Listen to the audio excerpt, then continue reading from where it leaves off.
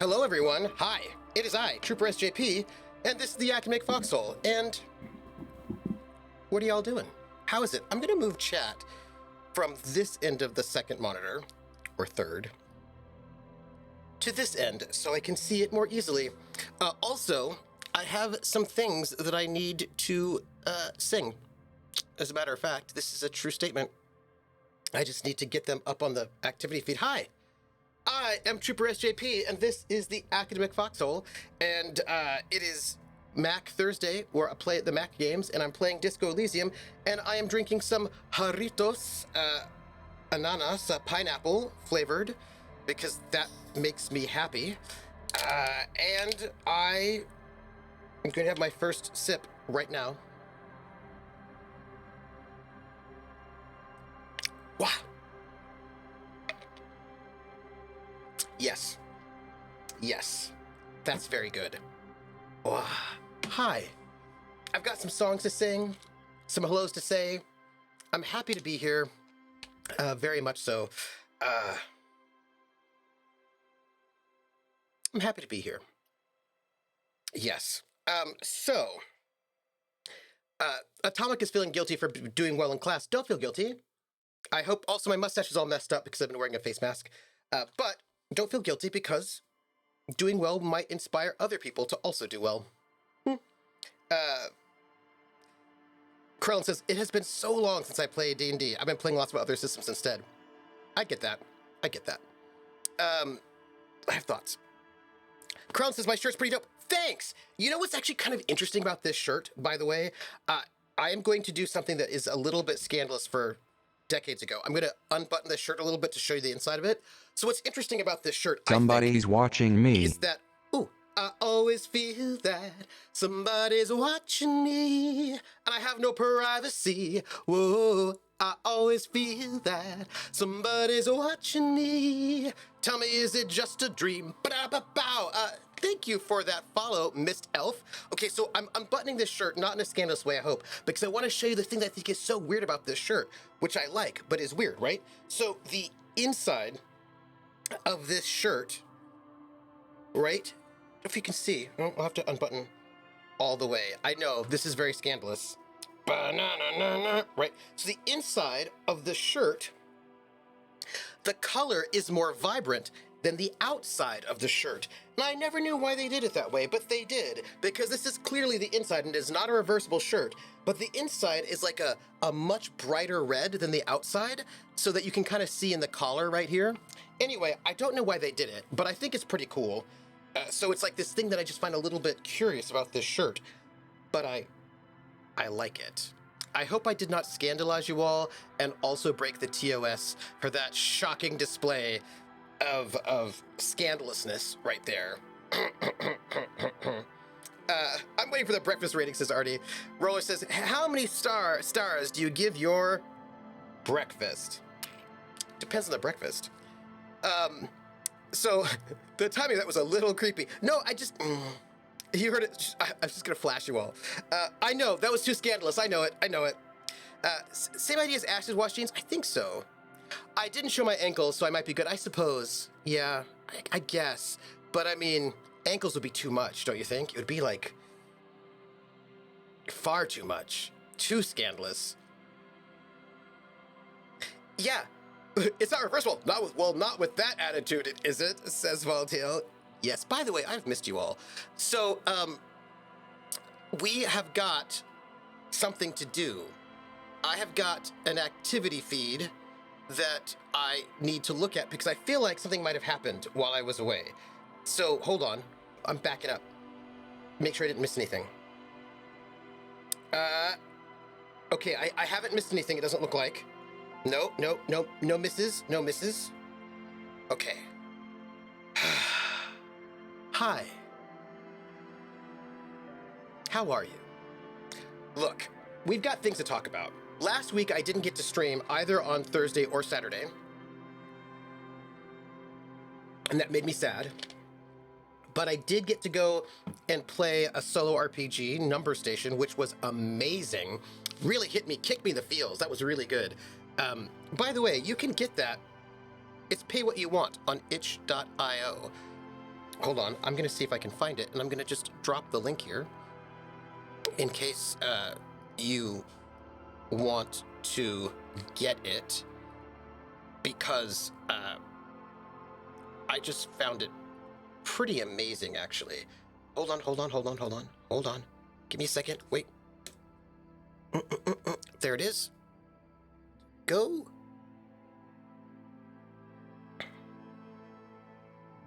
Okay, here. I'm dropping it like it's hot. I was almost expecting This Is Smooth Jazz with Trooper SJP. I probably should have. Probably. Color palettes change year to year, with brights being more often extra good economy years. Oh, that's interesting, Volpez. Ooh.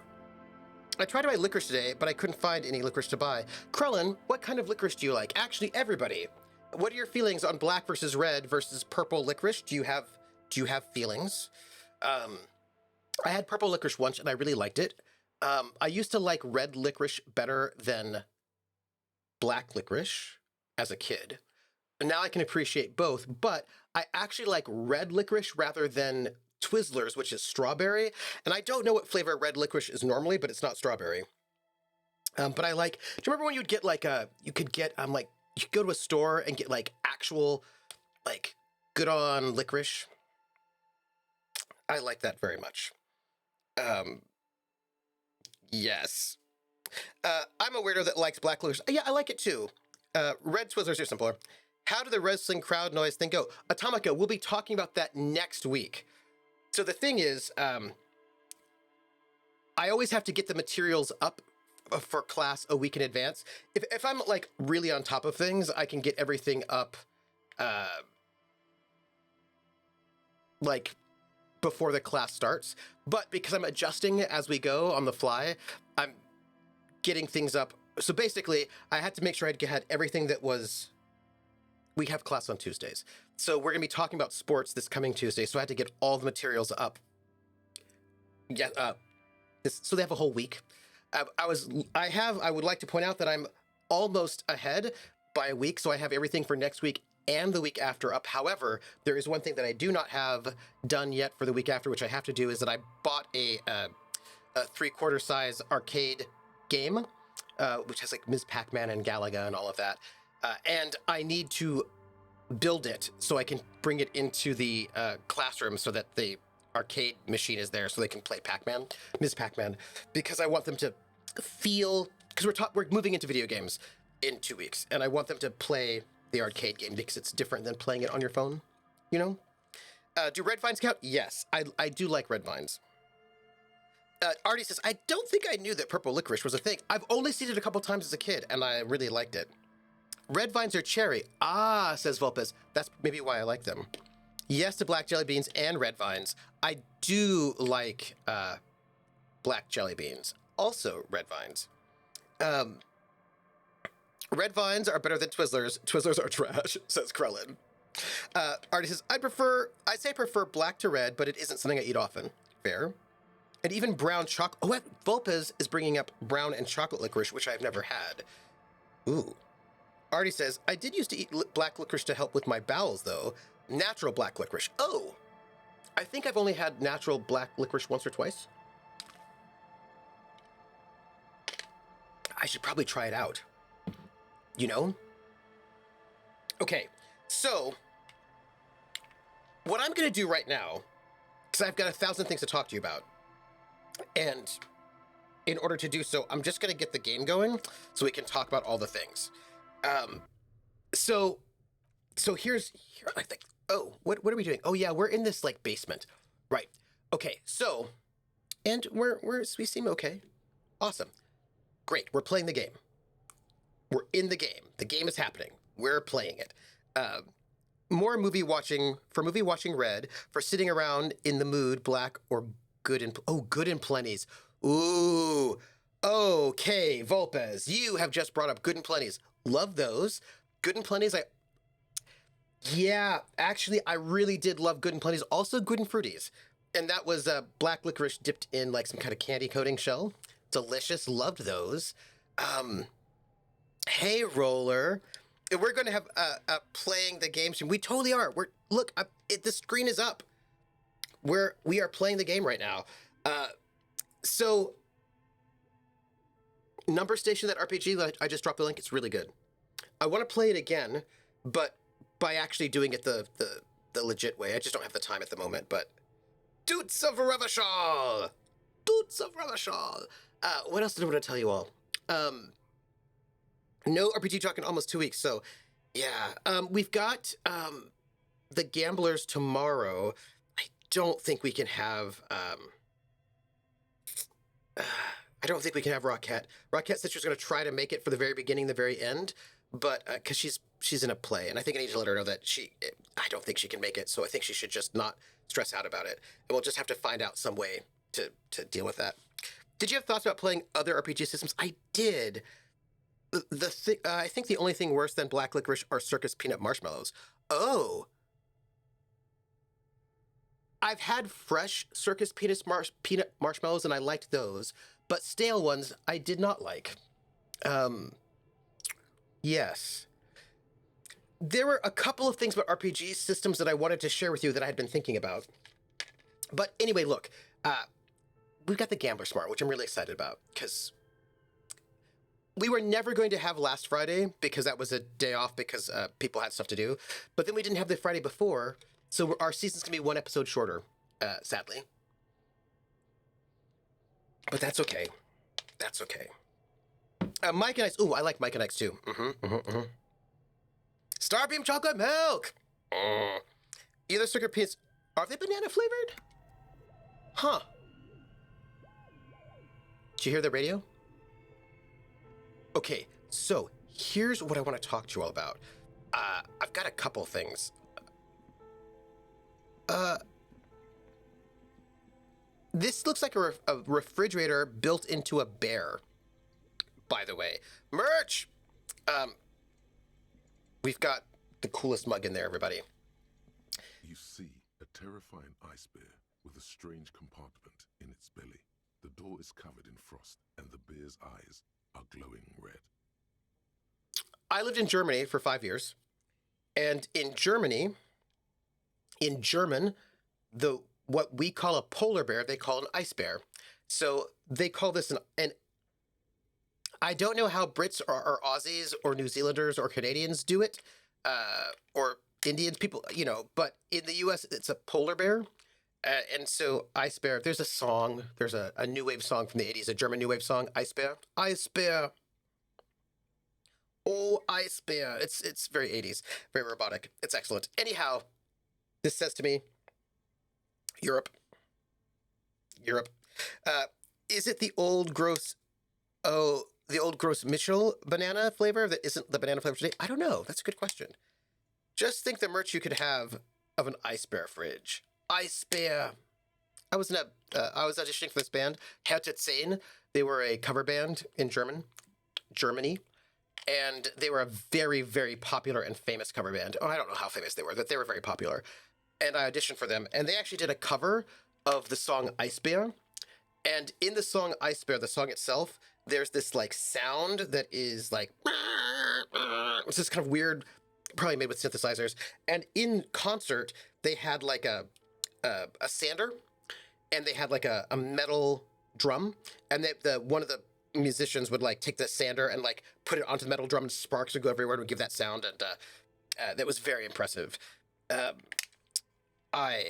It's polar bear for some Canadians.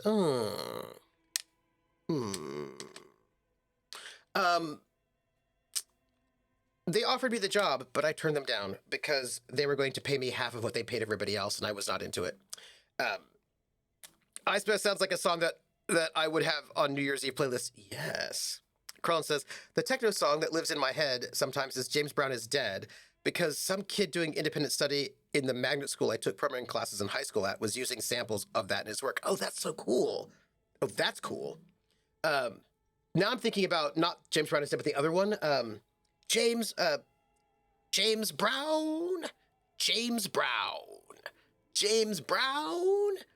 It's the one of love that I'm in heaven with my boyfriend, my something boyfriend. Come on, you know the song. Otherwise, we stick with breeds. Artificial banana. Oh, yeah. The you know the song, right? With my boyfriend, my something. Hop so wada wada, hop so wada wada. It's something just like it's like the person singing about like reggae. Genius of Love. Thank you. Genius of Love. Thank you. Thank you. That's the song. I was like, come on, what is it? Genius of Love. Thank you. Thank you. The Tom Tom Club. Yes. Thank you. I was like, this will drive me mad. That is the one. Yep. James Brown. James Brown. Sorry. A gust of freezing cold air rushes to greet you. You hear a low grumble as the bear regulates itself. This is the inside of a refrigerator. The lieutenant takes a peek inside. His hand has found the holster of his gun. I'm not going to make fun of him, but this is where we're going to put our dead body. We're going to look inside the refrigerator. The shelves are empty. All you see are crumpled ice cream wrappers with the brand name, Revachol Ice City. A handwritten note has been attached to the door. The fridge is huge. Dead body. So I have some thoughts to tell you that are like in my noggin about RPGs. But if I want to make sure there isn't anything else I need to say first. You know what I mean? Because this is going to be a conversation, but I have to figure out if there's something I need to say first. So, y'all, before I get into fun business, y'all, I have been busy in a way that is not cool. I've had multiple work meetings every single day of the week, and also things on the weekends, and that is not normal. Normally, I don't have things in school on Fridays so I can do work, and then I'm teaching Tuesday, Thursdays this semester, which means I often have Monday, Wednesdays to do not in the department work. But I've had meetings. I'm on so many committees right now. It is wild. This is a level of busyness that I have not seen ever. So I just want to let you know that it is a lot at the moment that's going on with me in terms of service, just how many committees they want me to be on and how much committee work that I'm doing. And I've not been able to ride my bike in 2 weeks. And I've defrosted some pork loins, but I haven't had a chance to cook them. So it's all a bunch of madness. But being here right now, being able to play this video game with you all is making me feel much better. So I want to say thank you for hanging out with me because, that's nice. So I just want to let you know, it's madness. Fun is a band that did a song that you probably know. I know that one. They did are you thinking about the one with Janelle Monáe? That one? That one, I'm seeing the video right now. Seeing Janelle Monáe, everybody's wild. It's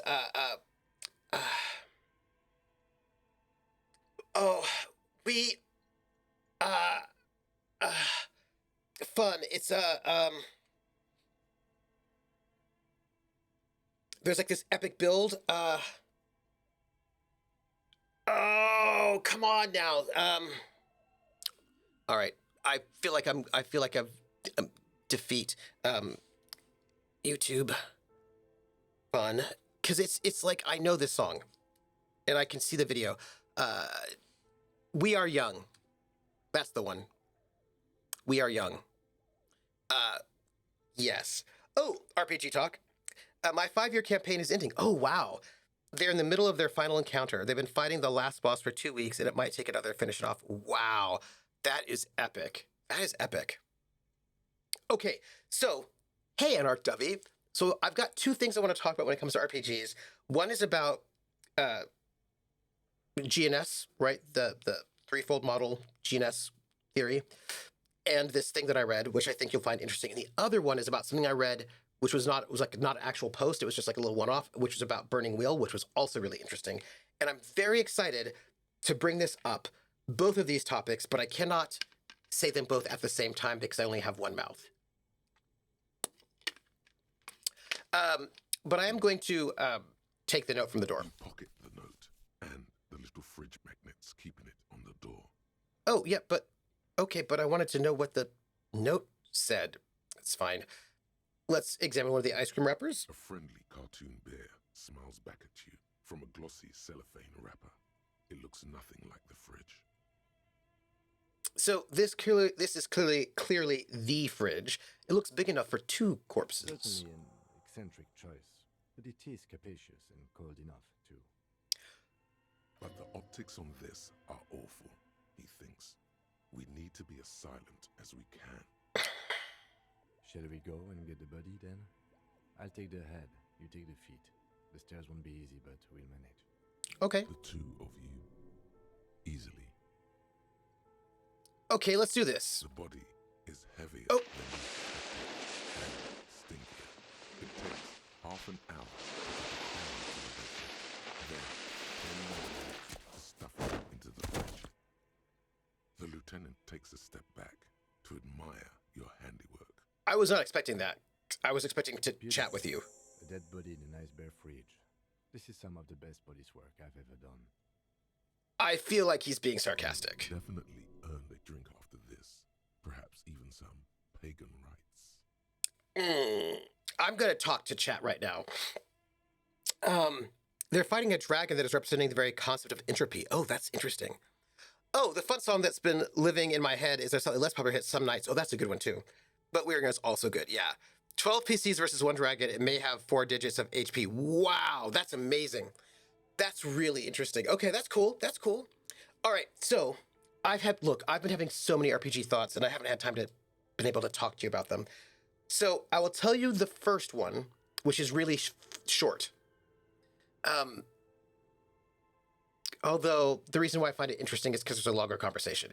So I'll do the other one first.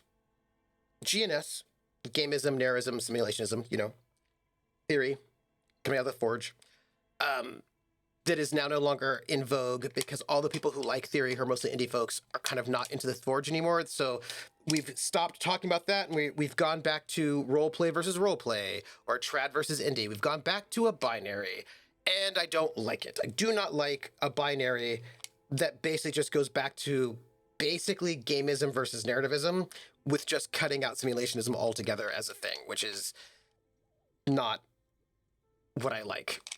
Basically, it just feels like simulationism is Gen X, is what I'm trying to tell you, right? If you think about gamism being like the first generation of RPGs, like a lot of, very boomer, and then narrativism being this, like, the millennials, it just feels like simulationism is like the Gen X, and we've just forgotten that it existed.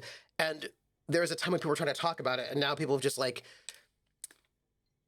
gone back to a binary that embraces it. Anyway, I find it really irritating. That's not the thing, though, I wanted to share. The thing I wanted to share was I read this series of blog posts, which were pretty negative. Again, I can find many negative things very useful and interesting.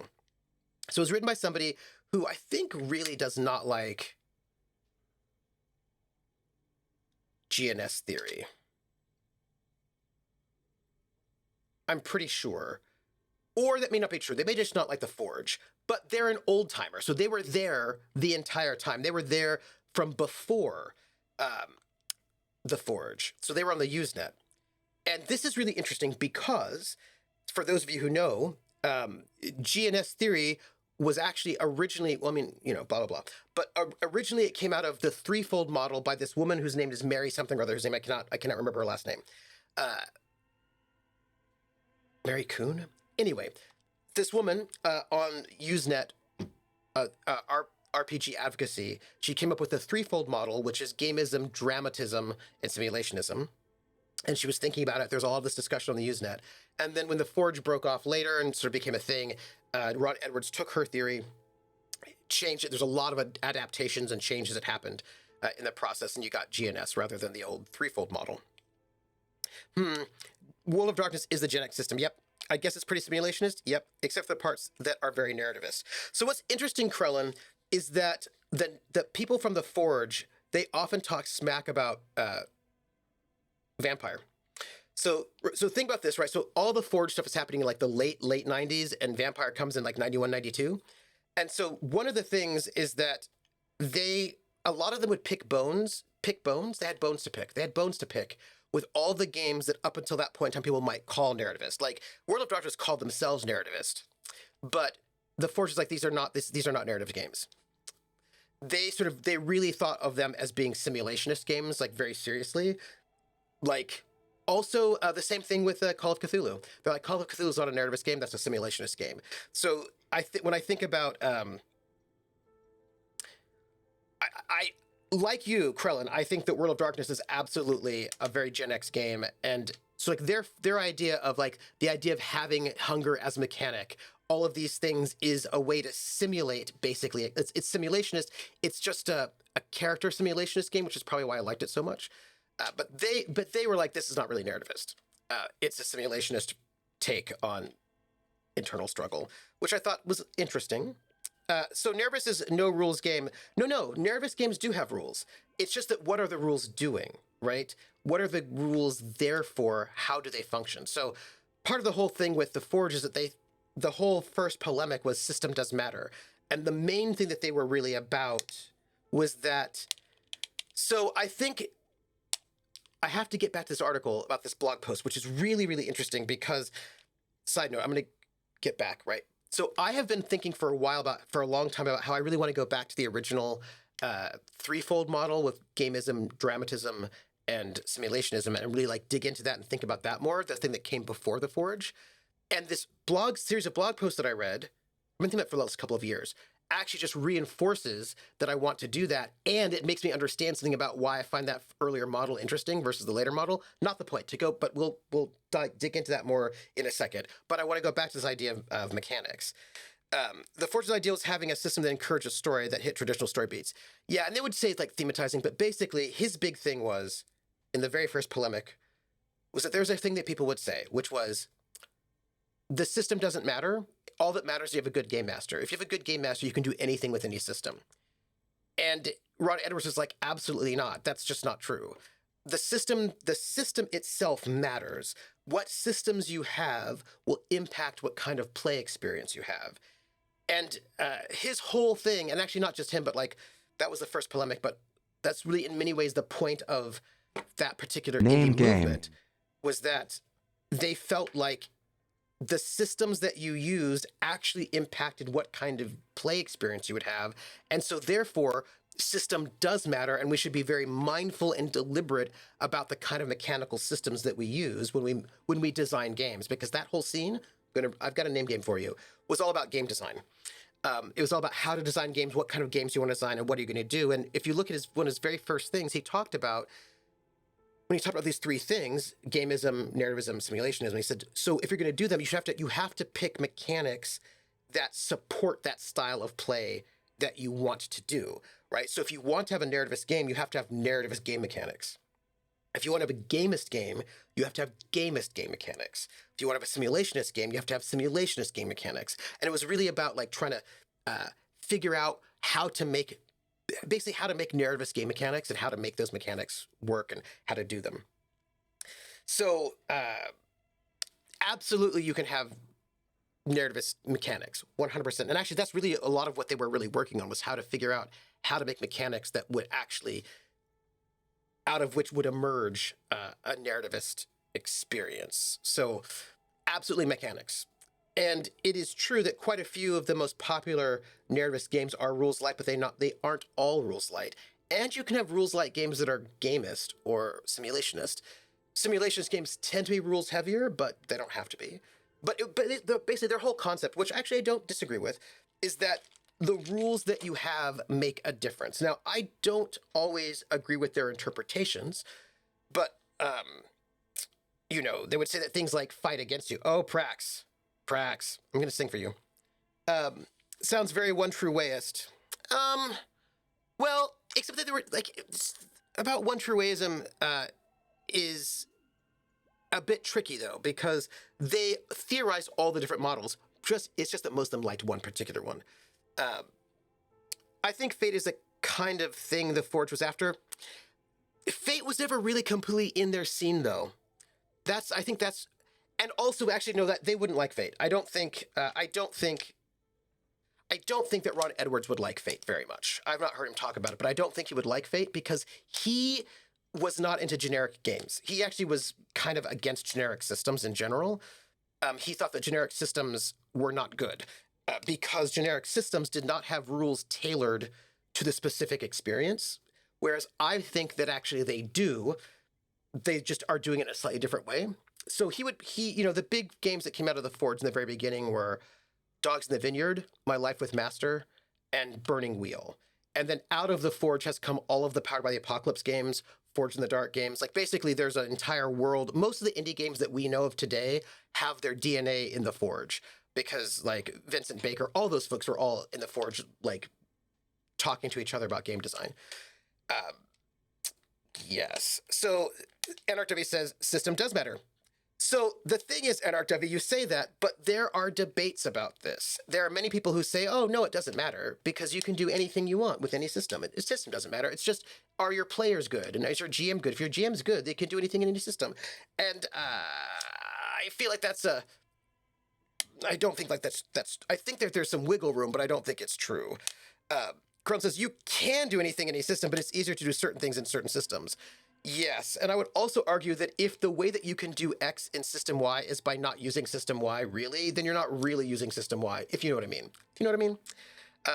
Artie says, a really good GM can make the best out of pretty much any system, though. Also, a difference can be a big difference, or a difference can be a small difference. Absolutely, yeah.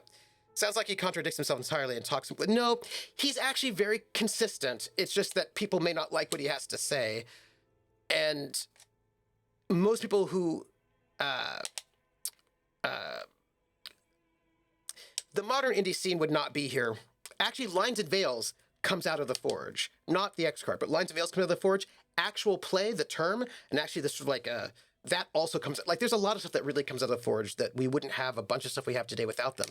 For them, I tip my hat, but I could disagree with him about some stuff. Yes. Also, I think that he would interpret some things differently than I would, and I think that's where we can have some disagreement. Yeah, you can do anything as a cop-out answer. GM can make RPG from out. Right, and NRTV, he disagrees with that idea. He does not think that you can do anything with any system. He thinks that's not good, right? Because when you say a GM can make an RPG from Monopoly, yeah, and he's agreeing with you, or like you two are in agreement on that point. He does not think that he doesn't think he thinks that's no good, right? He thinks it's no good. And also, why would you spend all of your time using Monopoly to make an RPG when you could just use an RPG, right? That would be part of you could use a game that is specific to that thing. Also, I would note that while he and a lot of people in the Forge were anti-generic systems, a lot of people are anti-generic systems. A lot of people are anti-generic systems. I see this on Reddit, not even people who are like traditional gamist D&Ders. I know a lot of people who are like, hey, I'm looking for a game that does this incredibly niche thing. Can anybody give me any recommendations? And people say, well, have you tried Savage World? Have you tried Fate? Have you tried GURPS? I'm like, ugh, I don't want a generic system. I want a system that's tailor-made to get that thing. And there was a whole video about how the reason why GURPS isn't popular is because it's generic, and a generic system will always be somebody's second choice and never anybody's first choice. Everybody always wants a game that specifically does that thing. This is just not a true statement, but there are a lot of people who feel that way. There are a lot of people who feel like, why would I play a generic game that doesn't have its rules tailored to this experience when I could just play a game that has its rules tailored to that experience? A lot of people just don't like generic games. Ron Edwards theorizes, he's thinking that basically he doesn't think that generic games, he thinks they just don't do what they need to do, which is to give you specific rules for that specific experience, right? That generic can never actually give you the thing. I disagree because I understand generic games differently than he does, right? That would be where I'm coming from. I actually think that generic games are not generic, right? So like what we call a generic game, I would call a settingless game, but I don't think they're generic. GURPS and Fate are both generic games, but they do not play the same way, and they give you different experiences. Big Eyes, Small Mouth and Savage Worlds are both generic games, but they do not give you the same experience. And so I actually have a slightly broader idea of what the experience is, so I disagree with him on that one, because I actually think those games are all different, and they all have specific rule set that do bring you to an experience. It's just that it's not tied to one setting, and I don't think it has to be. Rissa says, the GM that Trooper and I shared was very careful about picking a system that matched what he wanted to achieve, regardless of whether the story he wanted to tell matched the canon setting for that system, despite being a writer for GURPS. Absolutely. Crone says, the system he designed himself and won an award for was Sorcerer. That is right. Can doesn't mean should, or that it won't be a lot more work, right? Atomic says, dear Lord, that reminds me of the time a cousin of mine wanted to apply D&D combat rules to Risk. I mean, you can do anything, right? But sometimes the question is, is that the best use of your time? Artie says, that sounds like people that are projecting their dislike of generic systems onto the masses. Yeah, a lot of people don't like generic systems, though. And this is not, we can just step out of the forge. A lot of people do not like generic systems. And if you recommend a generic system, when somebody says, recommend to me a game where I can play One Piece, and then you say, oh, big guy, small mouth, people will downvote you. A lot of people do not like generic systems, and they do not like it when you recommend generic systems. They get real salty about it real fast. So I'll just note that it is not uncommon for people to dislike generic systems, which is fine. You don't have to like it. Generic games are a toolbox. Yeah. Prax says, we're just hilarious because the number of people who have created specific games for X property to play, Mass Effect, Power Rangers, etc. I'll take DD5V and force it into this mode L and force D&D, which is not a generic game, into a generic model, rather than take a generic game and apply it to... Yeah. So, I mean, it's just... that's one of those things. But I think what's interesting, right, is that... right, he wants... And the thing is, the people who came out of that scene, right, who, many of them did really amazing things, were really thinking about how can we create a game wherein the mechanics match exactly the kind of experience we want to make, and that we then come up with new mechanics. And he actually talked a little bit, there's certain things in some of his articles where he's like, well, if you want to do a simulationist thing, you probably want rules that do this. If you want to do a gamist thing, you probably want kind of think about the rules that exist and how they might help encourage one style over another style. Which, there's some good general theory in that stuff. There's some other stuff in there that's biased that you're like, okay, but there's some good general stuff in there. Krellin says, to follow up on this, people are asking for a toy and you offer them the tools to make that toy. They will go, I don't want to make a toy. I want a toy. Yes, says Krellin. Well, that sounds like Reddit, which is its own problem.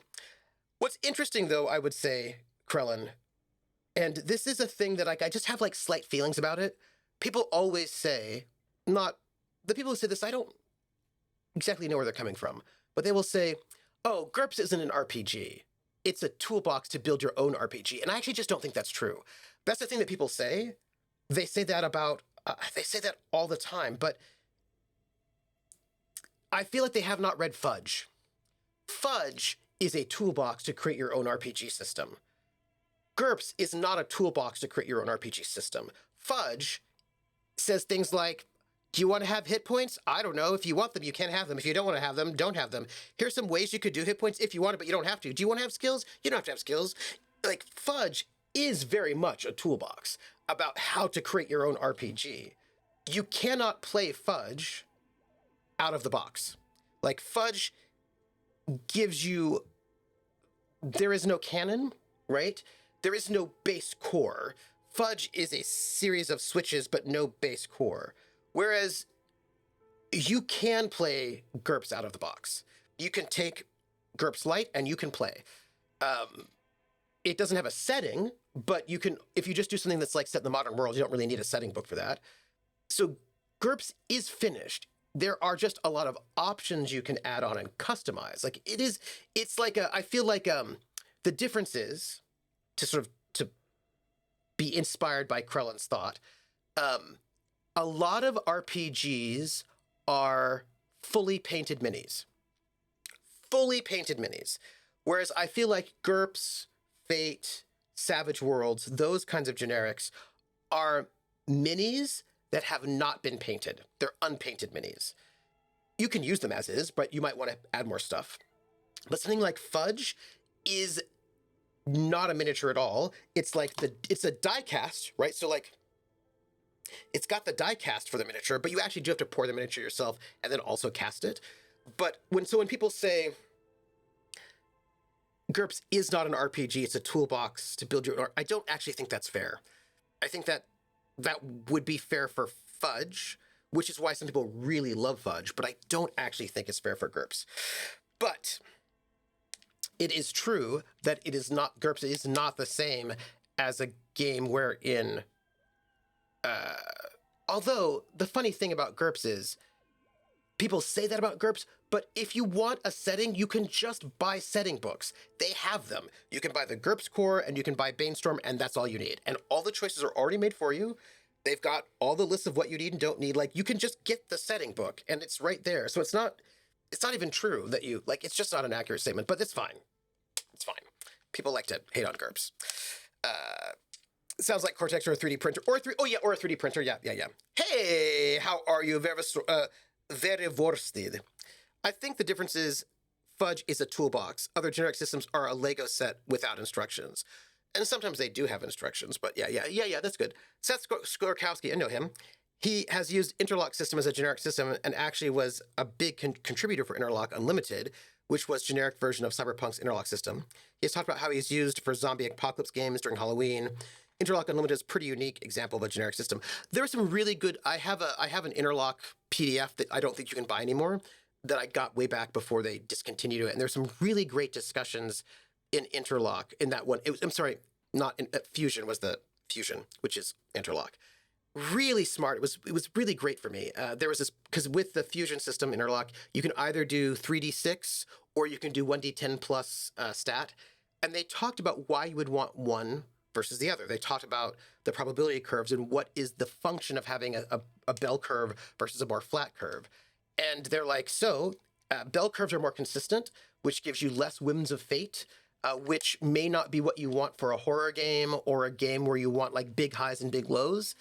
If you want the kind of feeling as if you are like at the whims of fate, or that at any moment you could succeed or fail, you probably want to go with the 1d10. If you want a more sort of like consistent style, you could probably want to go with it. Like, so they had a really nice discussion. There's a little box about the differences between those two things, and that was so lovely. I loved it. It was really great. It really helped open my mind and give me lots of thoughts about things, which I really appreciated a lot. So yeah. Artie says, GURPS is like base Skyrim, where you can play the base, but most people add a lot to it to tailor it. Yeah, absolutely. Praxis. And then the GURPS setting books are the instructions for a particular build. Except that you don't have to build it yourself anymore. That's the thing, right? The setting books. See, I would actually say, okay, so Prax, I'm going to have to give you a different category. So GURPS has a couple different types of books. They have their rules books, they have their genre books, and then they have their setting books, and then they also have like catalogs, right? Instructions to build it would be the genre books, right? So you can get GURPS. The GURPS core rules are some Legos. The genre books are instructions to build the thing, but the setting book is the completed thing. So if you get GURPS Fantasy, it tells you how to create your own fantasy campaign. Here are some options for how to, like, this is between high and low fantasy. Here are the different ways of thinking about fantasy, urban or whatever. Like, and it gives you all the ideas about how to create fantasy, gives you instructions about how to build it, how to build your own campaign. But GURPS Brainstorm is a fully completed campaign that you can just, like, GURPS Traveler Interstellar Wars. Beautiful. You don't have to build anything. It's all right there in one book, and it's beautiful. So, yeah. And I think, so I think that there's a, because they do have different scopes, right? What do you want? Do you want a fully finished thing? Get the setting book. Do you want instructions to build your own? Get a genre book. Do you just want do you want a functioning finished system that you can then customize and do whatever you want with? Get the base set, right? So like, I feel like, I've heard of GURPS for RPGs, but I'm not that familiar with it. Yeah, most people aren't anymore. It used to be one of the top 5 RPGs in the 90s and in the early 2000s, but it has gone out of fashion, as have, basically, there are a bunch of games that came out in the, so basically what happened was there were a bunch of these sort of generic systems, very sort of simulationist, kind of crunchy, that came out at the end of the 80s and through the 90s. Hero Champions, GURPS, Rifts, there's a bunch of them that all came out this time period, and they were very popular, very, very big, but they have gone out of fashion. And they're not really, they're just not that big anymore. Many of them are still being produced, right? They're still happening, but they're not the center of the conversation. People are kind of into that. You can think of them as like a different part of a triangle between something like D&D and something like Dread, but that it's lost a little bit. It's not really as popular. People are still playing them. It's just not in discourse. Yeah. See my previous statement about generic systems being Lego sets without instruction manuals. Anarchivy says, some people seem to think you have to use every part of generic systems when that isn't a point. You just have to use what the campaign needs. And the books will also tell you that. Rifts isn't a generic system. It's just a kitchen sink setting. Krellin, that is true. I stand corrected. But I do tend to think of Rifts in that sort of vibe. Schmelzer says, I just learned yesterday that the original Fallout was supposed to be a GURPS CRPG for the GURPS people pulled out. That is correct. And you can still see in the early Fallout some of the DNA from GURPS in there. Atomica says, I'm still learning Fate, but I had fun running a small one-player campaign based on Jackie Chan's project. Hey, it's been fun learning something other than D&D. Oh yeah, I think it's always good to learn multiple systems. I have things to tell you about that. Yeah, so the point I was going to get back to was this blog post I was reading. It was actually a series of 4 or 5 blog posts by this person who was there at the time. Said this thing, GURPS did Rifts. I played Rifts, but along with D&D and VTM. Yeah, there was like a bunch of, there's a bunch of them back then. No, GURPS, it's a different system from Rifts, but they were coming around the same time, and they were like, in the same vibe. Like there was kind of like a slightly crunchier sort of vibe that was happening at the time that I think of them as being in the same world, Yeah. So, Rifts is by Palladium, GURPS is by Steve Jackson Games. But they were both similar in that they were like multi-book systems where you would get these supplements that would like, you could add on, right? You give this sort of base core, and then you add on more things as much as you want in sort of different ways. And they put out splat books for GURPS, all sorts of other game settings. Yeah, it's interesting because what's interesting about that is that GURPS books were never called splat books. And when people talk about splat books, I don't think they're actually talking about what GURPS does or what Rifts does. So the first time I'm hearing people talk about splat books was actually Vampire. World of Darkness, and then D&D picked up on it. So splat books mostly were things like the Complete Brujah, or like, the Brujah clan book, the Malkavian clan book. They were very often aimed at players, or like the Complete Fighter, the Complete Rogue. So splat books were often sort of books aimed at players that would give them more crunchy bits for their particular character. But something like, I don't think people called Chicago by Night a splat book, to be honest. Anyway, so it's a slightly different, it's a bit of like a shift from marketing to the GM to marketing towards players. Another system setting similar to Rifts and GURPS is Torg. Yeah, Torg's another one. Didn't Steve Jackson also... That's a different Steve Jackson. There are 2 Steve Jacksons, which is very confusing. There's two Steve Jacksons who are game designers. One of them did the Fighting Fantasy books, which is the British Steve Jackson. Then there's the American Steve Jackson who did GURPS and the Fantasy Trip and a couple other things. Munchkin. Which is sort of confusing for both of them, which I think is hilarious. But that said, hold on. The name game. Come on, everybody. I said, now let's play a game. I bet you I can make a rhyme out of anybody's name. The first letter of the name. I treat it like it wasn't there. And then a B on F. Or an M will appear. And then I say Bo at a B. Then I say the name. Then banana, Fanta, and phone. Then I say the name again with an F very plain. Then a fee, fi, and a mo. Then I say the name again with an M this time, and there isn't any name that I can't rhyme. Praxagorismophoria. Praxagorismophoria, Praxagorismophoria, Bubaxagorismophoria, Bananophofaxagorismophoria, Fee, Fi, Momaxagorismophoria. Praxagorismophoria. The name game. Thank you for that resub, Prax. Thank you, thank you, thank you. Car Wars! Car Wars, thank you, Carlin. I love Car Wars. Played the heck out of Car Wars. At this point, I think I've fallen out of D&D, and now that I've bought Praetor 2.0 RPG, I have found my fantasy RPG of choice, but won't know till I run it. I just feel like I'm going to play as many things as I can, you know? Always here to support my friends. Thank you. Thank you. So, here's the thing I wanted to get to. This is, like, really interesting, because I feel like you all might find this interesting. So, let's see. I'm not sure I believe you. Don't. Look at that. What have we done? We stuffed a dead body in a nice bare fridge.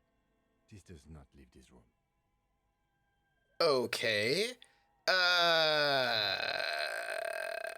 We did our best with the means at our disposal.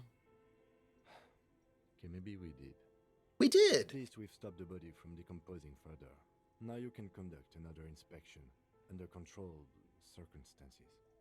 Inside the icy realm of the ice bear fridge, the corpse stands slumped, waiting. Huh. So now we've got the body again. I would really like to search this body, but it says one more time, which means I do not think I should try this until I increase my perception, because I'm a little bit worried about that. I feel like... Good question. What is this doing here? The lieutenant reaches for one of the wrappers. He studies it in the light. So they tried to sell ice cream from this hyper carnivore? What an unfortunate marketing choice. Mm. It is even worse. The bear is still costing them money to this day. The lieutenant points the red snaky cable running from the The fridge. electricity bill must be catastrophic. On the other hand, it did help us with a certain corpse situation. It's true. Us. Indeed. Refrigerated meat is much better for coroner's work. Oh. So here's the thing. There's a lot going on in here, and I'm afraid to ask them because I don't want to, like, ruin something. Tell me something, dead man. Shoot, Looney Rooney. Okay, nothing new. Come back later, Corporal. Okay. Amuse yourself with my frank manners and my memento mori features. If possible, also, see me in your dreams. Okay, we're gonna step away from this right now. We'll come back later. We need more perception. We're gonna just come back later, and we're gonna just search this place. But I need to tell you the thing that I wanted to tell you. But we had to get the A thick preamble. layer of coal dust covers the furnace, coloring it pitch black. And practice encouraged me to sing thank you. In the grim darkness of the far future, there is only war. Also only war, the system for people that want to play cannon fodder mooks. And I have played it, as a matter of fact. I would have liked to have used more rules. This is a very RPG solution with the Icebox Polar Bear. Players would do this. They would. Okay, so, right? Thinking about this idea of, like, gamism, narratism, simulationism, right? And for the longest time, I've been wanting to, like, go back to the threefold model by that woman. And I was reading this set of blog posts by somebody who's a little bit, like, I think, iffy in the Forge, which is fine. Because, like, I don't think they would have liked me, so it's fine. But I still can get interesting things out of the theory. But he was recalling the history of it, and this is what he said. This is really interesting to me, because I noticed that there were differences between the threefold model, so gamism, dramatism, simulationism made by this woman on Usenet, and then what Ron Edwards does later. I noticed some differences in that. For example, Ron Edwards is mostly talking about game design, is like really what he's sort of thinking about, whereas this earlier model was more about player and GM motivations, I suppose. And they have slightly different takes about the whole thing. The Forge didn't like a lot of people and things and sites and games and. That is true. And then they got into those big fights. Anyway, so I was like, I want to like. So this guy was saying this thing was really, really interesting. So one of the things that I knew from before I read this was that the woman Mary, what is her name? Hold on. I want to get her actual full name. Give me a second. That was not what I wanted. Come here. It was by. Give me her name. I was right, Mary Cooner. I was right, Mary Cooner. So anyway, he was saying, Mary Cooner, yes. So what I knew about this whole situation was that she was really tired of that role player versus role player debate. Are you an ROLE player or an ROLL player? Role player, role player, role player, role player. No. And like, please note, this is happening in 97. So we're in the midst of like this really irritating fight between vampire players and D&D players about who's a real role player. And then like Gary Gygax weighs in and says that Vampire the Masquerade is not a real role-playing game and all the players are not real role-playing gamers. They're just amateur theatrics and it's not a real role-playing game. And then all sorts of really irritating World of Darkness players are like, well, D&D's not even a real role-playing game. It's just a board game, blah, blah, blah, blah, blah, blah, blah. All day long, big fights. I hated it.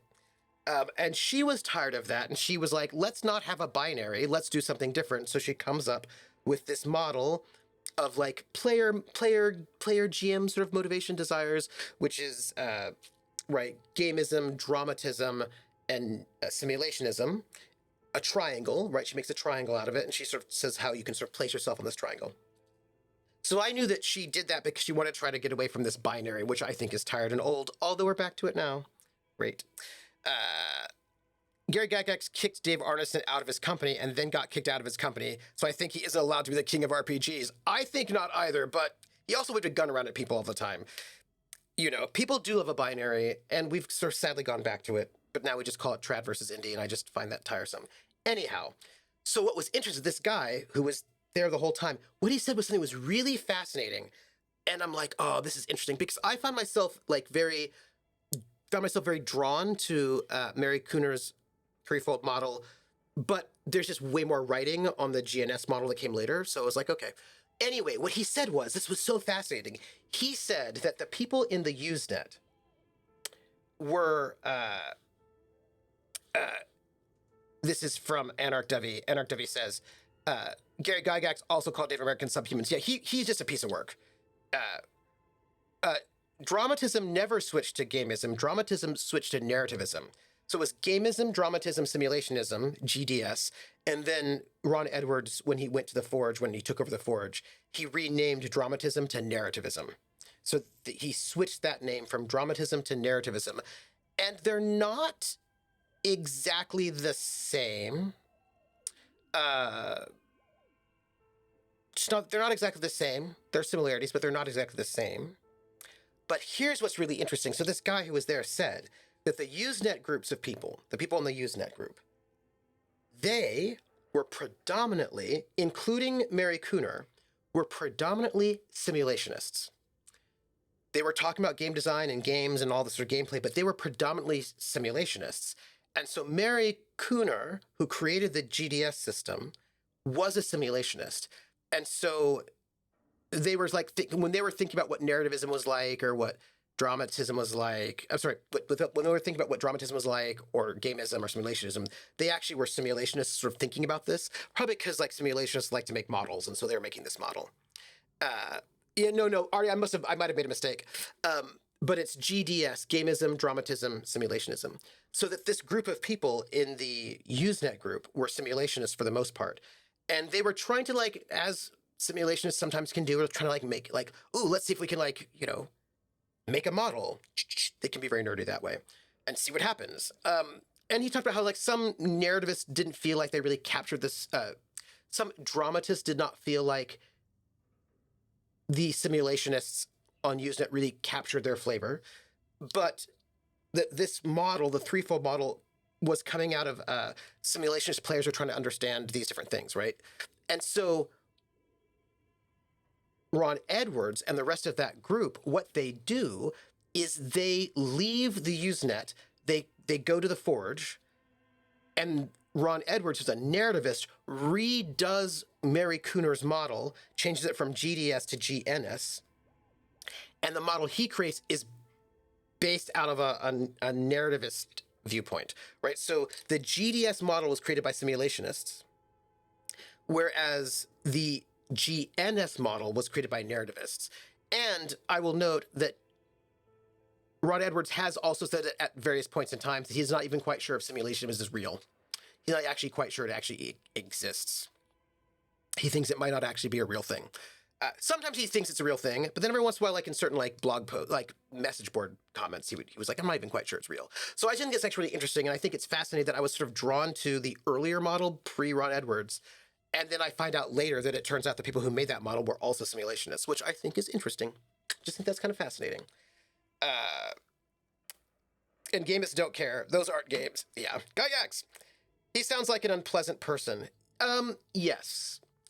He was an unpleasant person. But he also did some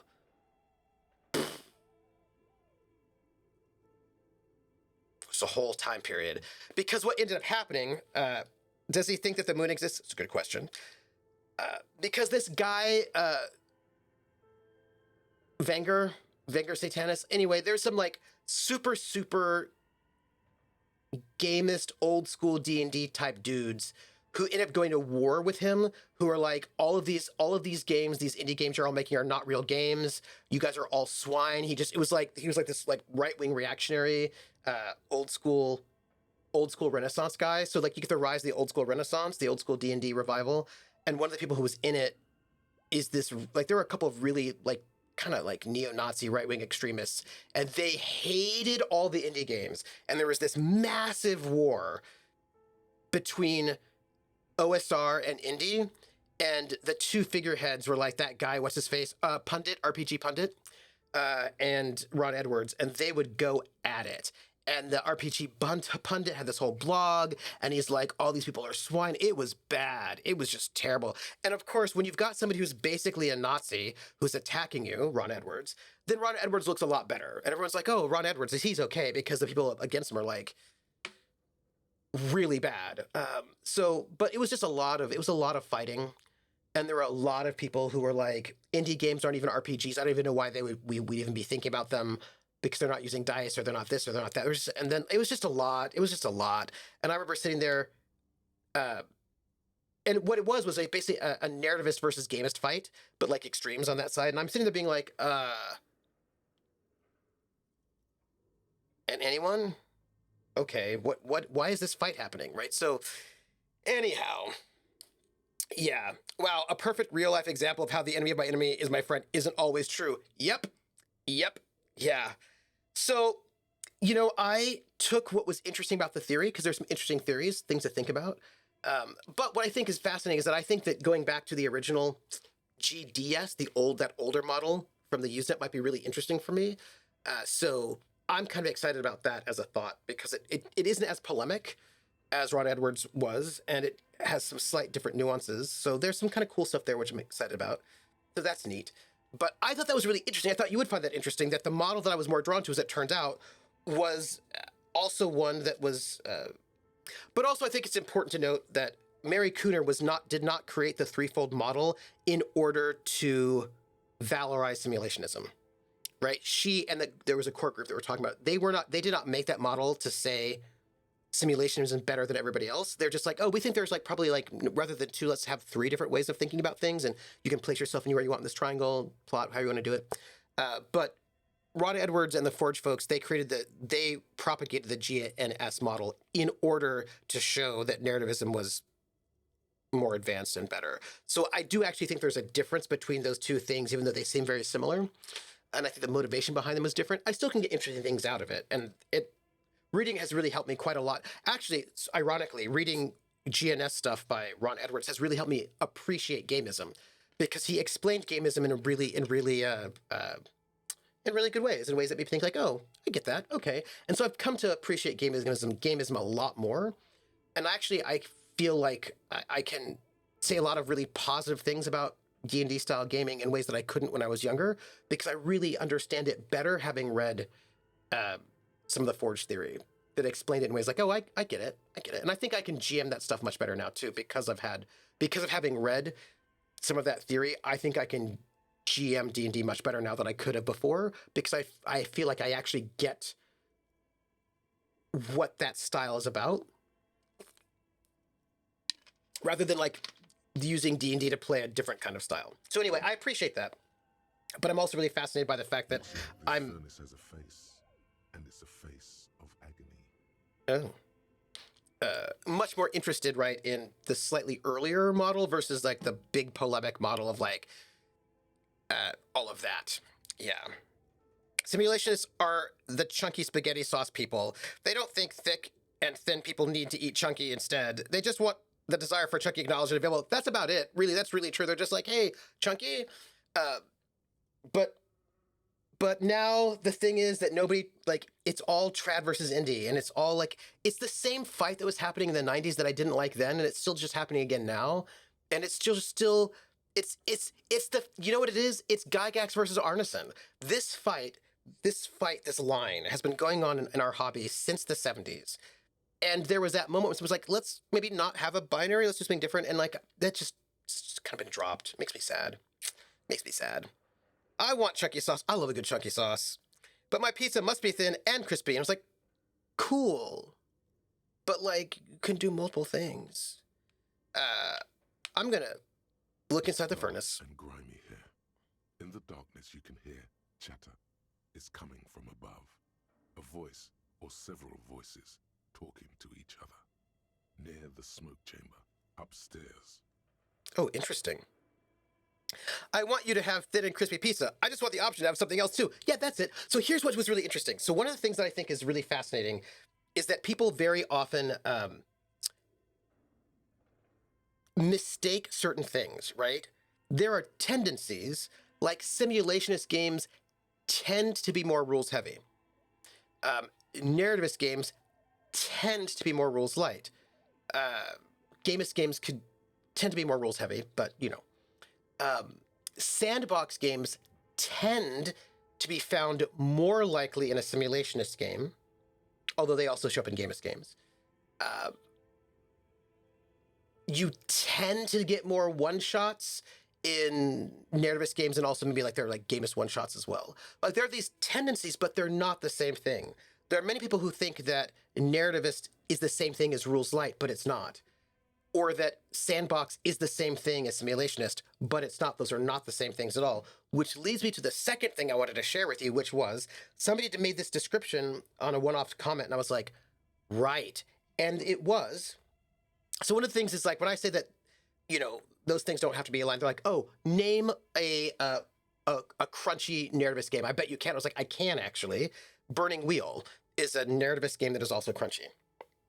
And somebody described Burning Wheel as a narrativist sandbox RPG. And I was like, haha. All right. Okay. Because what you get then, and I'm like, oh yeah, that's correct. And I think that's maybe sometimes why people have a hard time parsing certain things, because they associate certain campaign styles with these sort of larger, I don't know, orientations. But you can absolutely have a narrativist sandbox, and Burning Wheel is a sort of a crunchy narrativist sandbox. And I was like, nice description, and I appreciated that, as a matter of fact. It's also pretty rules light.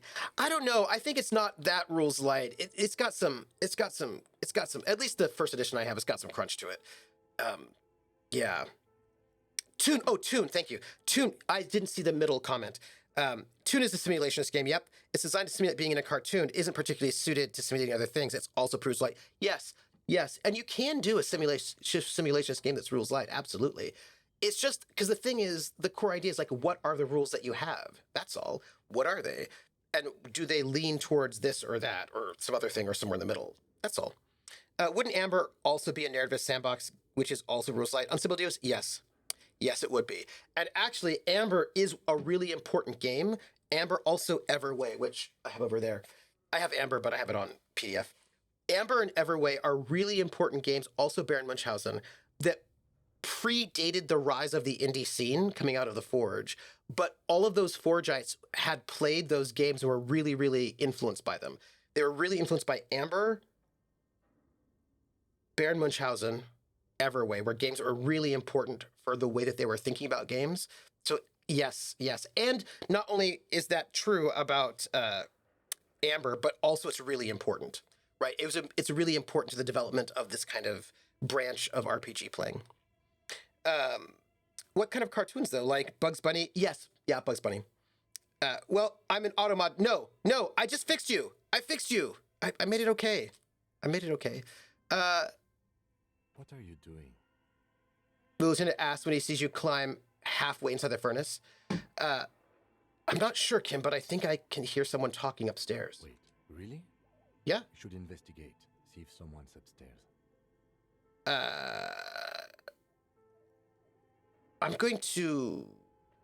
I don't want to kick it because it might alert to the people upstairs, so let's leave, right? Because I don't want to alert them, so we're going to wait, right? We will wait before we go upstairs because we might find something. Huh? Collapsed wall? Okay. We should go upstairs, but why would we go up?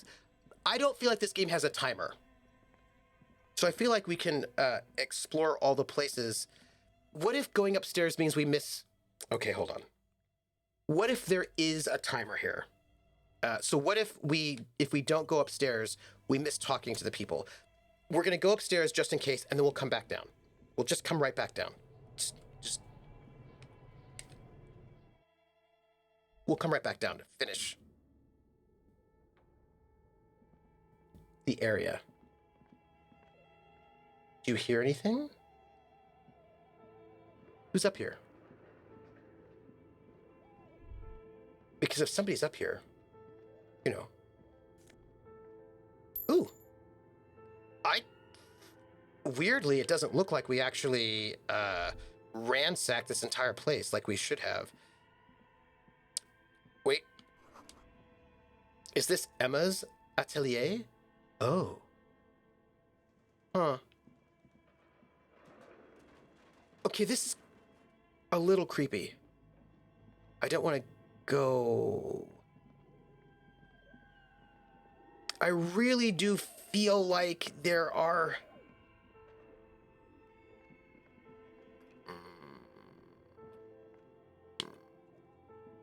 Maybe we... You know what? Filament memory. I don't actually think we've been through this entire upstairs area. Steel rotor blades bearing the Slipstream logo. We didn't, because we got distracted. We went downstairs. Skis with Slipstream printed on the laminated top layer. So, as it turns out, we have not been all the way around here because we ended up going through a door that took us downstairs and we didn't realize that it would, but then it did. That's exactly what happened. That's okay. We will come back. Okay, so we have been down here, but I don't see anybody talking. Wait.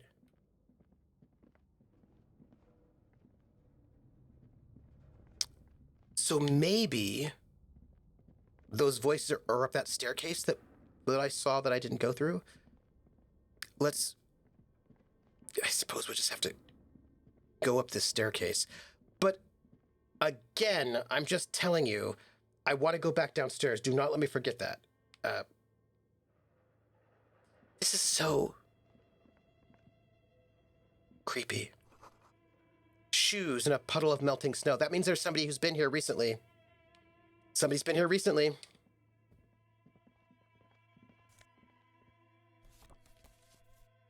Postcard, La Delta 51.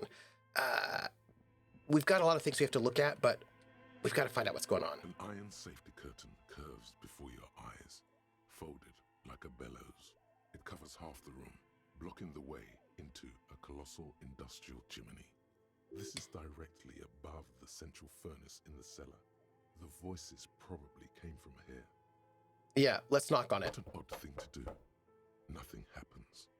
Knock on it harder. Still nothing. No one's home. Knock it even harder. Those curtains prove to be surprisingly sturdy. Oh. This hurts now. I'll just... Oops. There must be another way to wake up whoever is in there. Maybe we should ask the lady in the bookstore what's going on here. Okay. I won't. Bent metal. Broken glass. Your path lies strewn with the broken forms of everyday objects. Mm. You are the destroyer, the bane of inanimate matter. Mm. Gaze upon me, stuff in despair. No, I'm just a disempowered individual trying to take my disempowerment out on everyday objects. That's the honest answer. Look, there's a discarded milk carton on the floor. Why don't you destroy that, too? No, actually, I feel sorry for the things I've destroyed. I'm sorry, milk carton. You're right. That's definitely not the behavior of a destroyer at all. That's just severe anger management problems and a disregard for property rights. Okay. Kitty's got to be paid, fed. Well, we'll find a way. We'll find a way through this somehow. Oh, wait. You know what? Does someone live here? That's what I'm saying. Also, clearly, I need to be a little bit more, what's the word? Deliberate in my walking, because we have missed a couple of comments that might have been important. So, we are going to go back down to the basement so that we can finish that area. Yes. I sometimes have a hard time trying to explain D&D and VTM to people when they ask. They usually end up giving funny looks, scratch their head, or just give blank stares. You know, Vera Vorsted, I think about the ways in which were standard ways to describe role-playing games back in the day. And I remember the thing that people would say, and I don't even know if this is really a good idea or a good way of describing it, but people would say, oh, Dungeons & Dragons, it's like improv radio theater, but with rules. That was what people would say all the time. Improv radio theater, but with rules. I think another thing people would say all the time was, it's like playing make-believe, cops and robbers, but with dice and rules. Like, I think it's interesting the ways in which people would describe the game. An ice cream maker, defrosted and unplugged. Or like, how would people describe things in order to make them legible to people who had never played the game before? Like, I think it's interesting. I am interested in what's happening over there with that yellow one, but I'm not going to mess with it because it feels like it's going to be big and important, and I want to wait. A frozen ice cream maker that's still running. Oh. Huh. Interesting. Ooh. We're going to take all of those things. I've got a lot of money.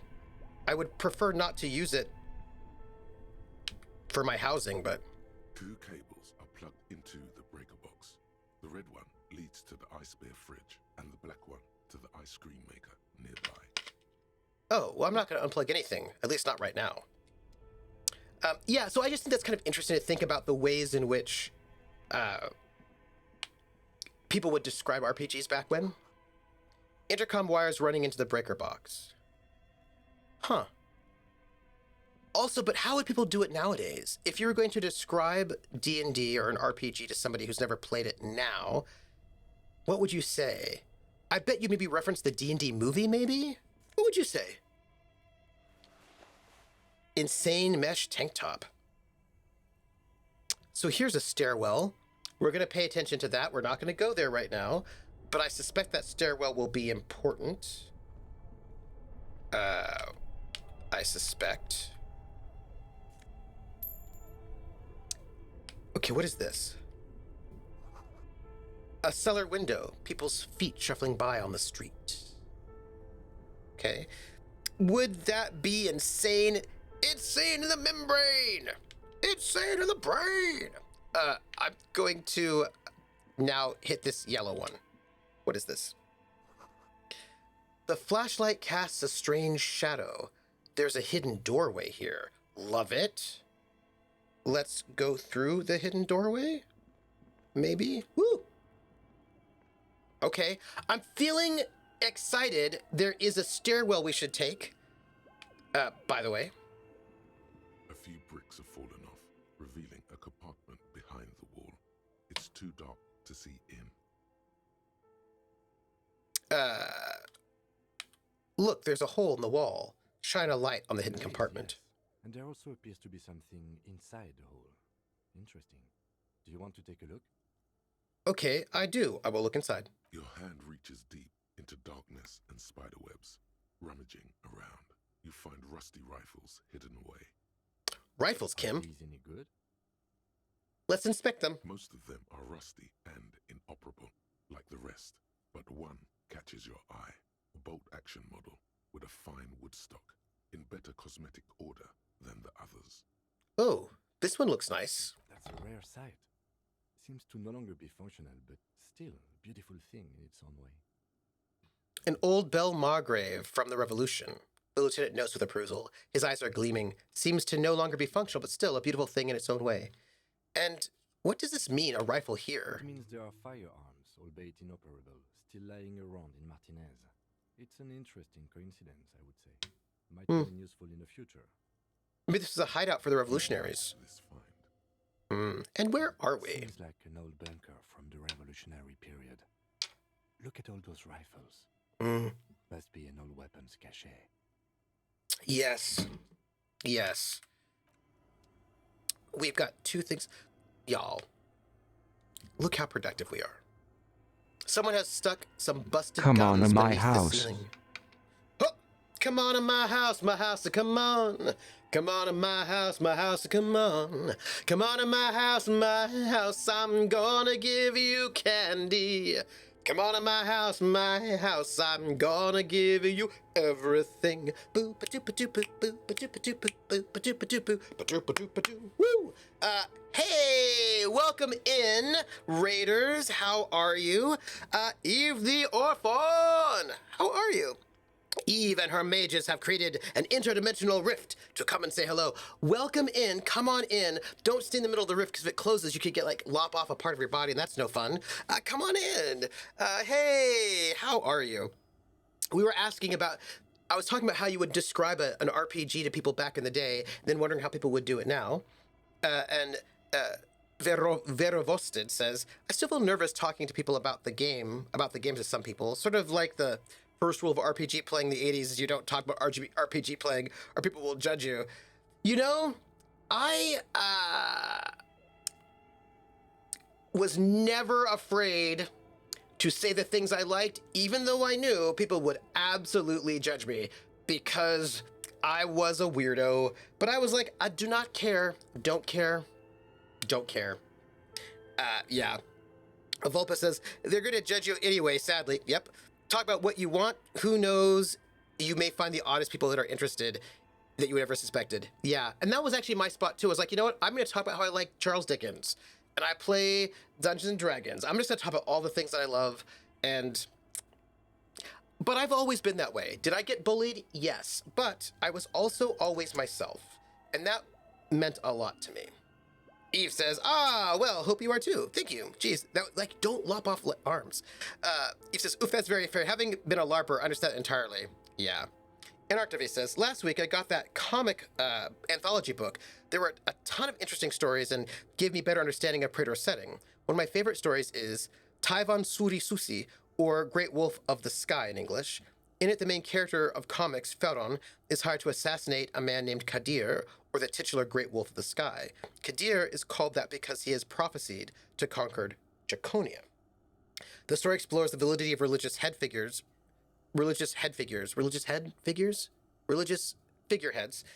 like Kadir's mother, who is a clan head priestess, and chooses Kadir and the clan for her own mad game. Ooh, interesting. Anarch Dovey, what era would you say Praetor is set in? Would you say medieval or Bronze Age, Iron Age? Can you give me a sense of how early in its historical setting it is? I mean, I know it's fantasy, but you know what I mean. Verivosted says, I had the funnest time LARPing in the VTM in the mid-90s. I did some VTM LARP in the 90s. I did. I did. I also think about the ways in which VTM LARPing was so different from the way that like LARPing had been done beforehand, boffer LARPing. It must have been people were very,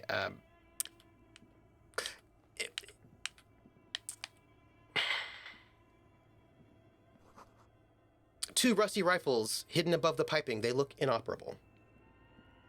I think it's interesting how quite often nerds will say, it's so terrible and messed up that people don't like the things that I like, right? Like, I wish people would like the things that I like.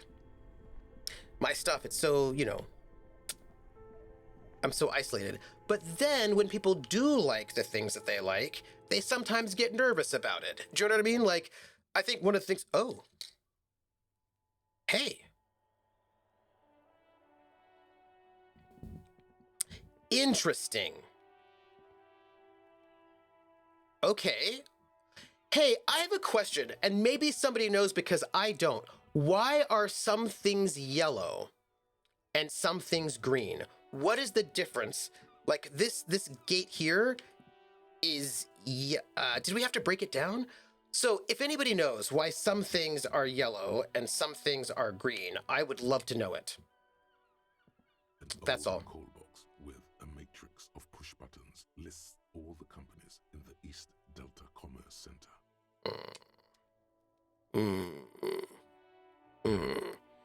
Yeah, it's true, you just gotta find your people, right? Nice, I've done more boffer LARPing, which got even more judgment sometimes. Yeah, right? So I just think it's sort of interesting the ways in which, I have not played this, sadly. Oh, if anybody knows, just let me know. So I feel like we just did some great things. I feel like we have been very successful. The dented yellow mailbox greets In something. We should maybe talk to that woman in here and see if she'll give us any information. She probably won't because she's a little ridiculous. But we should also save first. Yes. It's just, we should talk to the kid. Broke down. The back door. The wards. The door. It's all gone now. Dark psychic energy leeching onto my shop.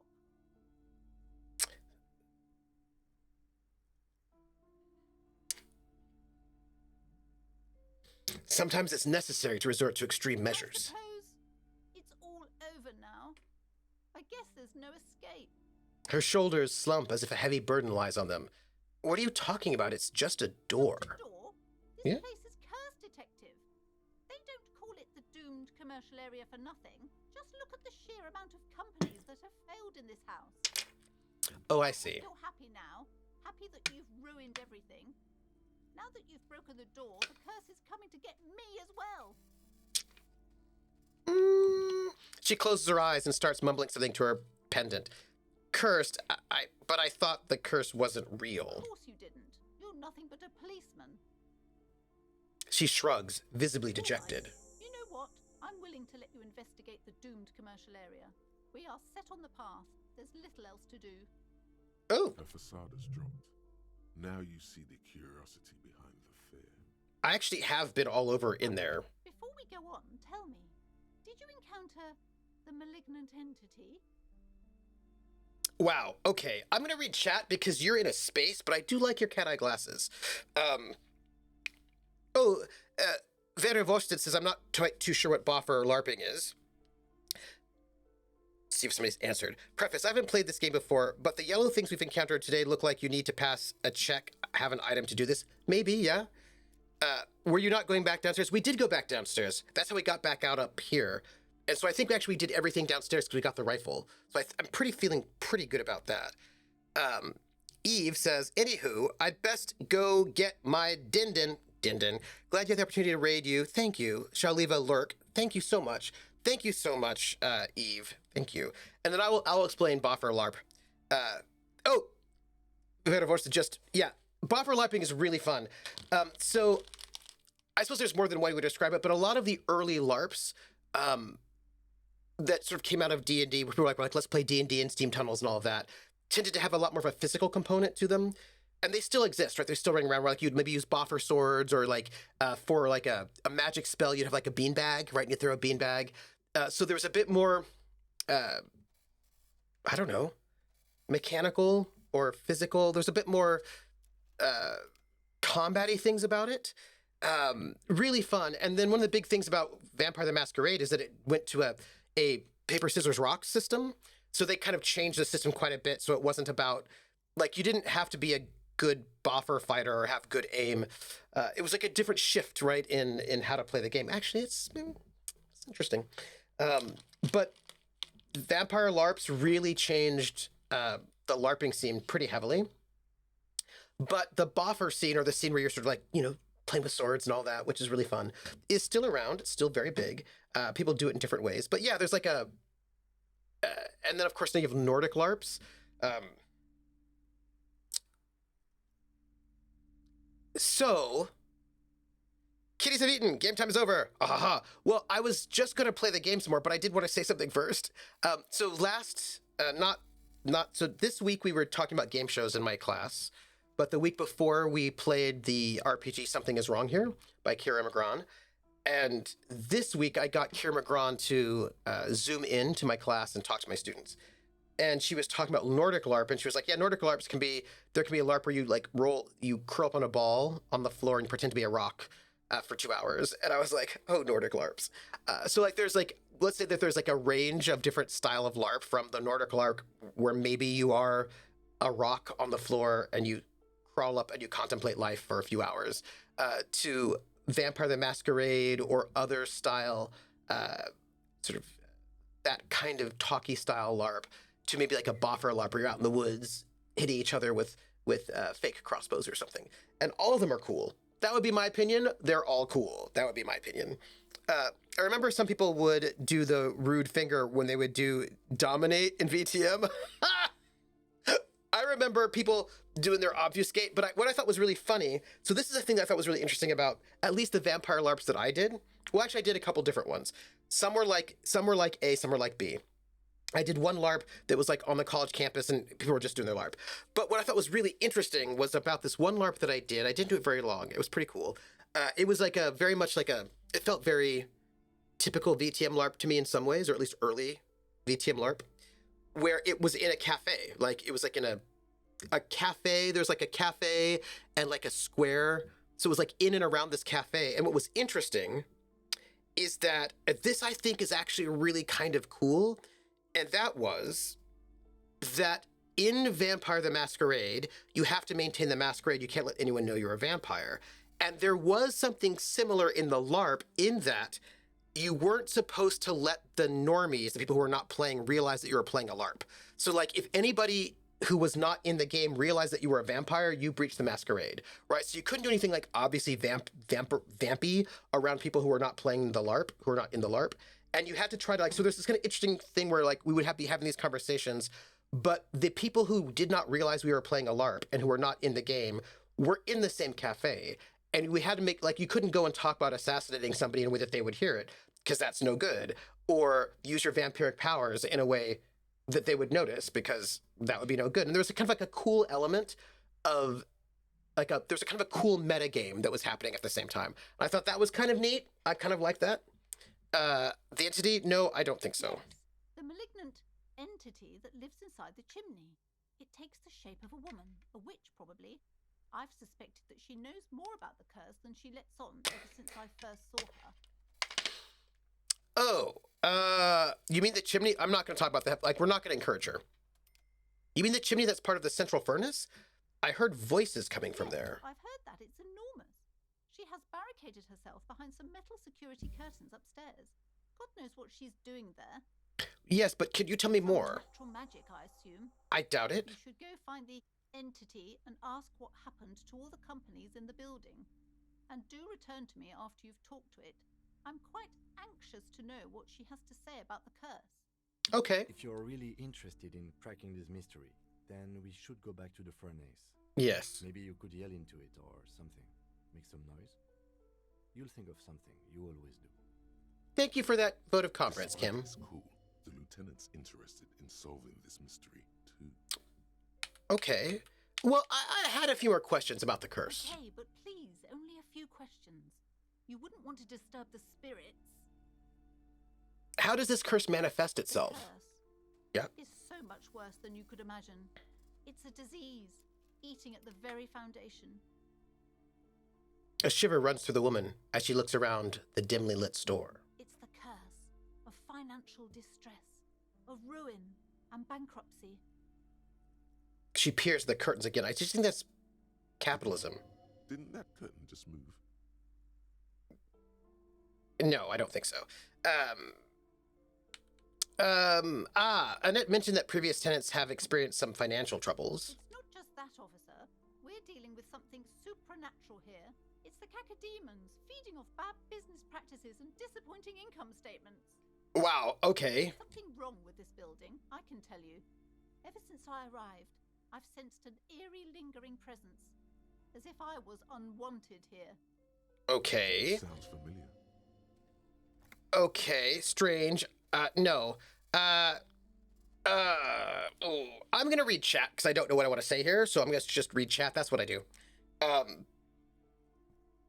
Hey, Nugget, how are you? Nugget! Nuggetosaurus is the GM for a Stargate campaign over on Laugh Love Lindy's channel, and it's very good. It's every other Tuesday, and I believe this coming Tuesday is going to be Stargate, I believe. Yes, and you should all go watch it. It's at 8 p.m. over at Laugh Love Lindy, 8 p.m. Eastern, and you should all go watch the Stargate campaign. That's all. Rissa says, cafe, small theaters, public parks, gotta protect that masquerade. Yeah, I just thought it was kind of fun. And Arctivus said, it's hard to place it. Doesn't really fall into any actual time period. Sort of a medieval setting, however, there aren't like countries or anything, but there are city-states, and those who aren't within the city-states divided within barbarian clans who are further divided into even smaller individual clans.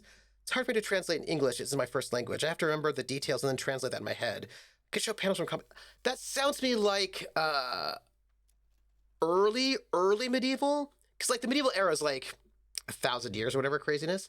That sounds early to me, right? That sort of transition. Yes, people would know. The setting is very much inspired by things like Conan. Yep. You got to start and finish Conan comics. Yeah. So that's like more Bronze Age. Yeah. That's much earlier than that's like a much earlier time period than D&D. D&D I feel like is like late medieval. Like that I feel like D&D is late medieval, early Renaissance, and what you're describing if you think about Conan, that feels more early medieval or whatever happened beforehand, probably. Welpa says, while I know it's still early, how late you're planning on going tonight? 9:30. So we can get a good 3 hours in. Yeah, 9:30. Yep, Nuggets is like, yes, definitely watch it. Surprise surfing. Yes, you should definitely watch it.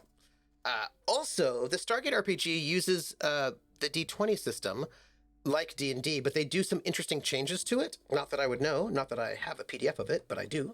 But so I think it's actually kind of interesting to see how I'm always fascinated by how games that are not D&D take the D20 system and then kind of mess with it to try to create something a little bit different. And there's some really cool, you know what I don't have? Sorry, I was going to say there's some really cool manifestations of that, but there's a game that, Susie, Susanna Grace, that she worked on the spy game, and they were talking about how they really did quite a bit to the D&D, the D20 system to make it work for the spy genre. And I bet it could work. I should get that game because she did the art for it. Black Cat Games. So I feel like I should get it because I'd be interested to see how they do it, because I think you could probably do a kind of a James Bondian sort of spy vibe with a D20 rule set pretty well, I bet. Conan is Roman adjacent. Yes, his Volpes. Yeah. Carl says D&D is huge anachronistic because it wants to have plate armor but not hand cannons. Yeah. Yes. If you don't mind me asking, what is your first language? Oh, Finnish. That'd be really cool. Spy stuff is always awesome. Nuggetosaurus, my Friday game last week, I did a spy game, one-shot solo game. Very depressing. Not high-action spy, but like deep, dark, creepy spy. Like sad spies. Yeah. You know what it reminded me of? There's a German film that was very famous. It was called Anarchdovey. Finnish is part of the Finno-Ugric language family. So it is not one of the Romance languages or Germanic language, which it's all its own. Like there are only a few languages in the Finno-Ugric family, which I always thought was really cool, which is like really intriguing and exciting.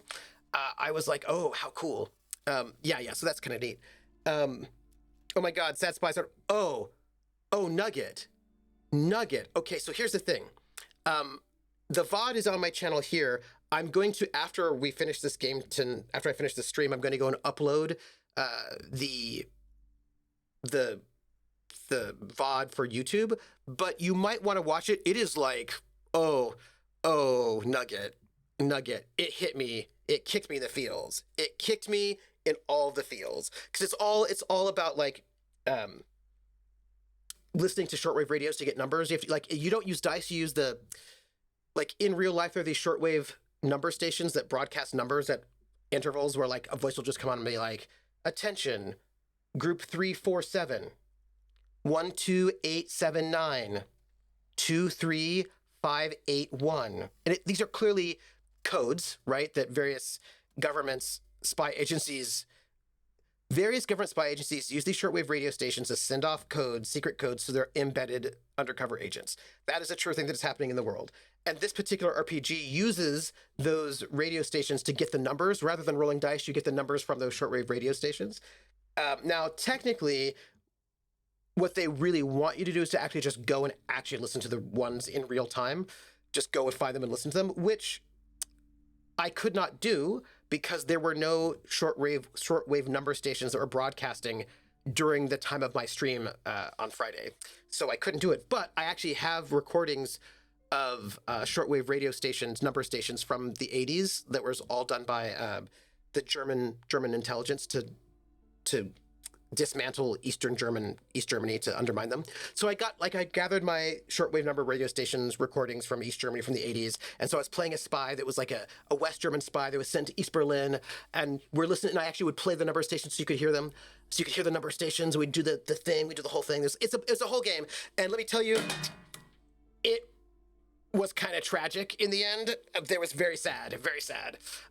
It was very good. I think you might like it if you like a good one shot. Yeah.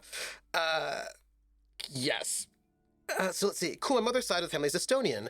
I live in Canada, though. Oh, nice. Estonian. This game is Estonian.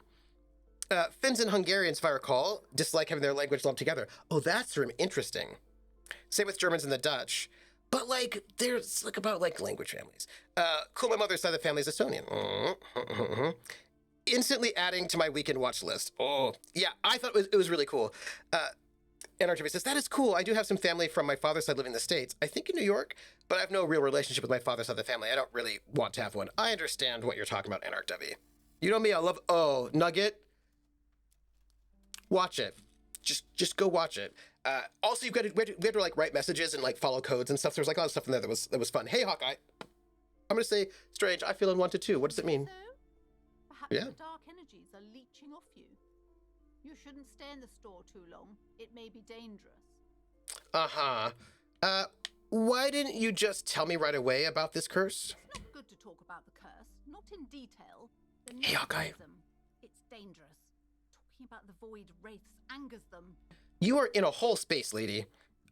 He left when I was a year old, and I consider that side dead.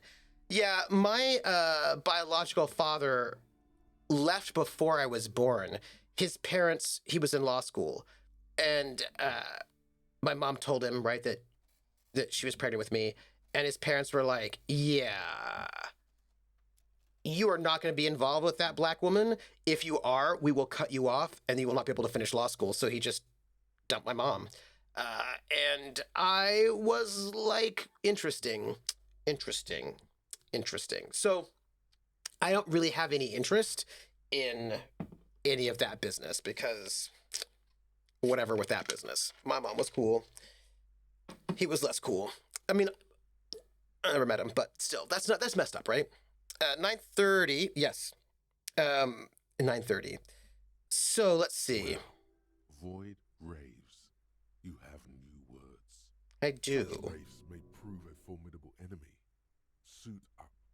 All right, yes. So have you sought help from anyone? Yes, I've contacted numerous parapsychologists.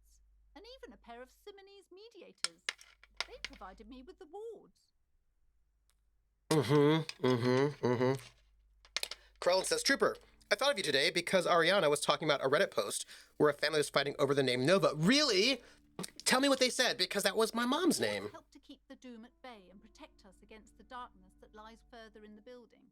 Even though now I fear it's not enough. By the way, I would have loved to have been able to see that stream, but you know, I had to teaching now. Is your pendant part of the wards as well? Oh, this? Yes. No, it's a special Himian amulet, blessed by desert pygmy shamans, with a spell of compulsion. It's to compel people to buy books. Yes, it hasn't worked There though. are numerous spells cast throughout the store. I had the books anointed with a different inducement spell, for example. It's guaranteed to boost sales 15%. How much money did you pay for this thing? Doesn't seem like the spell is working. Nope. There are no customers around except you. Yeah. You know, honestly, it seems like this pendant thing's a scam. You could be doing so much more. Sir, I am well educated in the commercial and esoteric arts. I know what to do and what to avoid. Okay. Okay. Well, have you ever thought about a sale? I'm only trying to help. What about some neon signs and blinking lights? You could try to be friendly with the customers. Maybe you should try to reconceptualize your business. Martinez doesn't look the best place for a bookshop. Have you ever thought about a sale? Maybe this could lure in some customers? Count my wares? Yeah. I can see, sir, that you don't value books very highly. That's... Besides, this would only tempt the phantoms of doom. They can sense the desperation, you know. I see. Okay. Well, what about the wards on the back door? Are these Simonese as well? The Simonese are very crafty, and their wards are extremely powerful.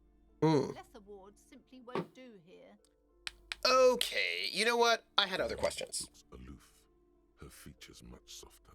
Occasionally she glances at her daughter's silhouette. You know what? I'm gonna go. I'm gonna go and see if I can figure out what's going on. Although I am gonna talk to the daughter first in case she has anything to say. She might not. Hi, Ace But Detective. Are you Hello. here for more books? okay, I'll see you around. She's nice. I like her. She's okay. But I'm also now quick saving, and I'm gonna look at chat as I walk down into the basement. The poster's ex named their kid Nova, and their brother's girlfriend was all bent out of shape over it because she had picked Nova as the potential name of her hypothetical future child. Okay. Going solo number stations? Yeah, that's the one. Nugget, that's the one. That's the one. Wait. I'm not sure what to say. Yeah, you know, it sucks, but I feel like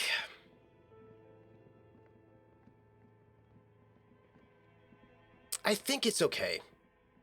I know that sounds weird, but like, I was not bothered by that. You know what I mean? Like, because A thick layer of coal family's what you make covers it. the furnace, coloring it pitch black. I'm gonna yell. Something breaks loose in you. A mighty bellow echoes throughout the chimney's depths. The chatter of tiny voices above suddenly cease. Then, I hear a woman's voice answer. Oh, you've awakened the entity. hello, are you there? Speak to me. Hello? Did you say anything? I can't There's a hear pause. you. Please come upstairs. There's a safety curtain on the second floor. I'll open it. Hey! You hear a low rumble upstairs, the sound of a curtain being pulled aside. Hey! After you, officer. We have made success. Ah ha ha ha ha ha. Look, success. This is great. I feel good about myself. Sometimes stuff sucks and there's nothing you can do about it. Yep. Yeah. Also, Trooper's dad, not a sperm donor. It seems like, yeah, my dad, my actual dad, not the sperm donor, was really cool. He was very, very cool. And key is my actual... Oh, wow. Hey, look at all this. Oh, interesting. This tray is full of dice. Colorful polyhedral dice, hundreds of them. Dice Goblin. The candy dispenser is repurposed to contain thousands of dice. Ooh. And she's on, like, the wireless headset. I bet she's our game master. Ooh, I can't wait to talk to her. Okay, this is Hello. exciting. I'm Nia. A bird-like woman sits on a throne of tools with emerald light shining through her hair. Beautiful. She's a dice maker. Don't worry about it. I'm not particularly bothered. Automod, I'm distorted Simon calling you. Yes, just thank you, Automod. Success. My parents are divorced. I couldn't really ask my parents for help with things. Sounds like my dice collection. Yes. Laura Bailey is jealous. I was about to say, is it Laura Bailey? Maybe. But yeah, this is a You're thing. knocking on my window? I must have missed you. I've been listening to my Melius. She taps on her headphones. What kind of die are you looking for? Could this be the malicious entity? Perhaps Just it's wise to go along with this masquerade for now. She does not seem malicious to me. She seems fine. She seems like an Etsy dice maker. She's got a direct view to the backyard. You should Oh. interrogate her about the lynching. Yes! Great idea, visual calculus. So, I was thinking about something that there are a lot of things that never really made sense to me, that, like, other people will, like, get on about, that have never made sense to me. So, do you know, have you ever watched any of those shows that are, like, somebody searches for DNA, that kind of a thing? And people have, like, such a weird attachment to DNA in ways that make no sense to me. I was watching this one with Reba McEntire, and she found out that her ancestors owned slaves and sold, like, babies, and she was very upset. But anyway, she's like, I wanted to go and do, like, get my DNA test done because, I would travel Europe, and, like, whenever I stepped foot in England, I just felt like there was a bad vibe, and I'm sure it's my genetics, and so I want to know. And I was like, oh my goodness. And I've seen these people say things that really just don't make a lot of sense to me. Like, hey, Granny, how are you? Like, somebody was like, all this time I thought that I was Italian, and then I got my DNA test, and I realized that I was German instead of Italian, and it's changed everything about how I see the world, and now I know that my whole life has been a lie. And, like, I was like, you're American, though. Like to have this whole idea that, like, you have to change, because this person was, like, Italian, but they would do, like Italian folk dance or whatever, and then it turns out that they were German instead, so they're like, now I can no longer do Italian folk dance, and now, like, it was like, this massive identity crisis for someone who does not speak Italian, is American, has never been to Italy. And, like, it was, for me, like, the ways in which some people look at DNA testing as, it just does not make any sense to me. If I found out that my biological father, okay, so I always thought my biological father was Russian Jewish, was a Russian Jew whose family, escaped Russia during the pogroms in the 1890s. As it turns out, they were Ukrainian Jewish, and their family escaped the pogroms in the 1890s. Does that mean my entire life has changed and now I'm a different person because rather than my biological father being a Russian Jew, he was a Ukrainian Jew? It really doesn't. Do you know what I mean? Like, I just feel like it's just, and I know it means a lot to people. Like, I get that for some people this is very, very serious, and this means everything in the world to them. It is just not how I see the world at all. At all. At all. And considering most DNA tests, if it was purist, Vulpes, this is also true. A lot of DNA testing stuff is just not even accurate. Grinny, you have the best eyes. Would you like me to have them? Also, my stream froze. If you say nice things about me, I won't hear it. What? No. People are weird about genes. They really are. Just made you closer to the true Fiddler on the Roof history. Yeah.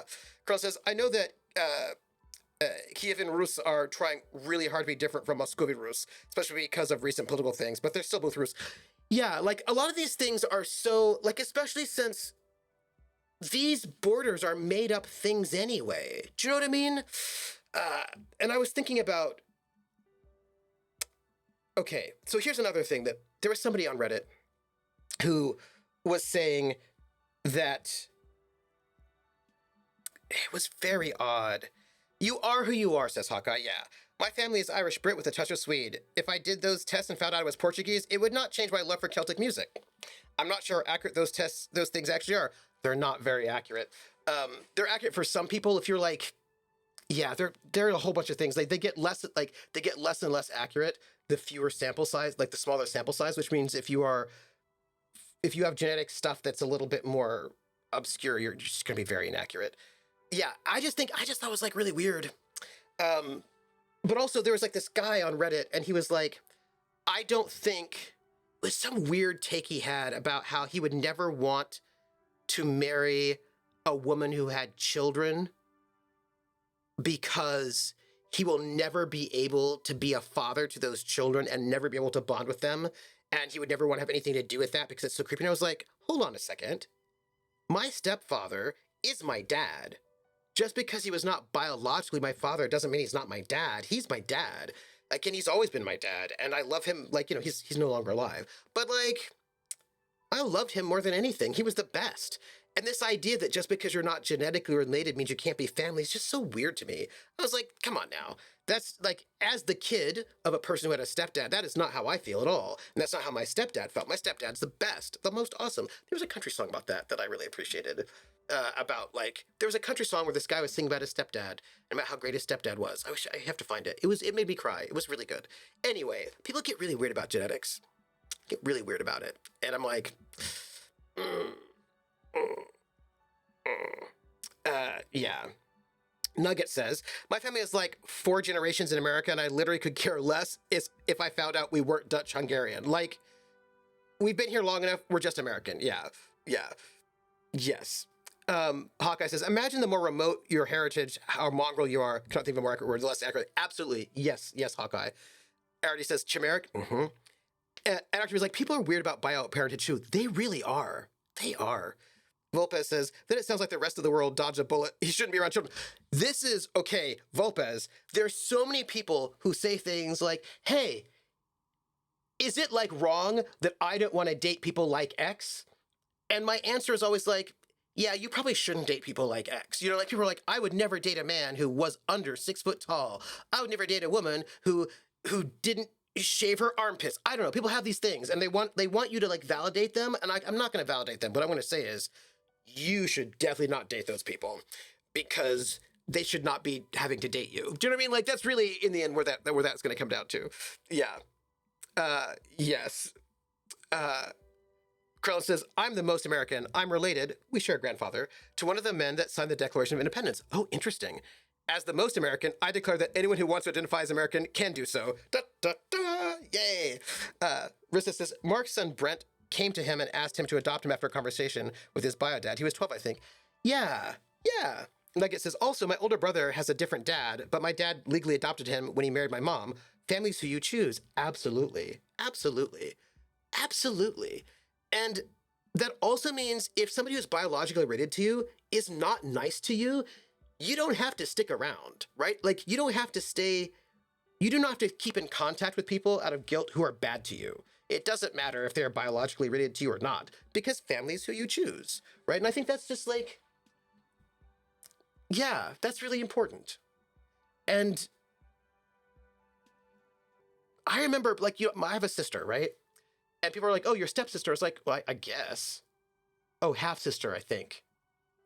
Half-sister, I think? But I was like, no, she's just my sister. Like, I don't need to call her my half-sister. She's my sister. Like, well, you know what I mean? Like, I think people get weird sometimes. And I was just like, look, we live in the here and the now. We live in the world that we live in. Let's just let that be, you know? Yeah, Artie says, oh, I meant to mention it. I think you would really enjoy the Lamplighters League. I don't know if it's Mac compatible at this moment, but I really want to play the demo. But I don't know if it's Mac compatible. Nugget's like, agreed. Hawkeye says, anyone with sperm and ova can be the mother or father. Being a mom or dad is a choice. Yeah.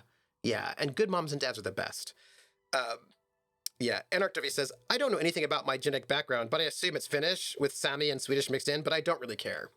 Yeah. Yes. Nugget says, exactly, my brother is my brother, not my half-brother. I feel exactly the same way. Kron says, my favorite line to come out of the MCU is this statement. He might be your father, but he ain't your daddy. Yes, yes. I don't know if it is either. Yeah, I have to check. Rissa says, having been forcing myself not to buy that one, try to be frugal, but looks cool. If it's Mac compatible, I'm gonna play it and get it. And you know what I think? Here's the thing, right? I think about this a lot. I love the families that I have come to know, right? Do you know what I mean? Like, there's such good people in the world, and by surrounding yourself with people who make you happy, that's great. Also, hold on, what do you mean by milieus? Yes, a milieu is like a call-in station. You need a two-way radio to access one. Huh? That's why I have these. She passed the headphones on the table. Mostly, they just teach you to swear in different languages. Okay. But some of the stations can be quite interesting. I was so absorbed, I must have missed you knocking. Huh. Well, but you must have been confused when else. I haven't knocked on your window. And how did you get inside? By the south entrance? She know blinks. what? It doesn't even matter. What matters is that you're finally here. Let's talk dice. Did you have something specific in mind? Yes, I would love some very cool dice, maybe made of hematite. That'd be pretty awesome. Yeah, why are you asking me about dice? I'm a novelty dice maker. Oh. Tell me the name of your role-playing system and I'll make the die you need. Oh. That's why you're here, yes? I would really like to order some dice from you because you seem very cool, but you are a fictional person in a game, not in real life, and I cannot get dice from you, but I would like to because you seem awesome. I would like you to make me some custom dice. That would be cool. As she speaks, her bone-like fingers fiddle with a ring. Her bones light, but her hands strong. Role-playing games? You know the one made by Fortress Accident. Does that count? Yay. Okay. Checking. Yeah, Ella's definitely to revive for sure. Yeah, I need to get it. From what I've been told, I'm half English, half Scottish. Also, national boundaries are made up. You know what I mean? Like, also those things are made up. So that's also just noting it. Rissa's like, the MCU is chock full of daddy issues. That is true, actually. Nugget's like, I think you mean daddy issues. Capital D, capital I. Wah, wah. Lewd. Yes, while blood-wise, it's just me and my sister, I have a few others that will always be family almost more. If ODS were here, ODS would say the exact same thing. Yeah.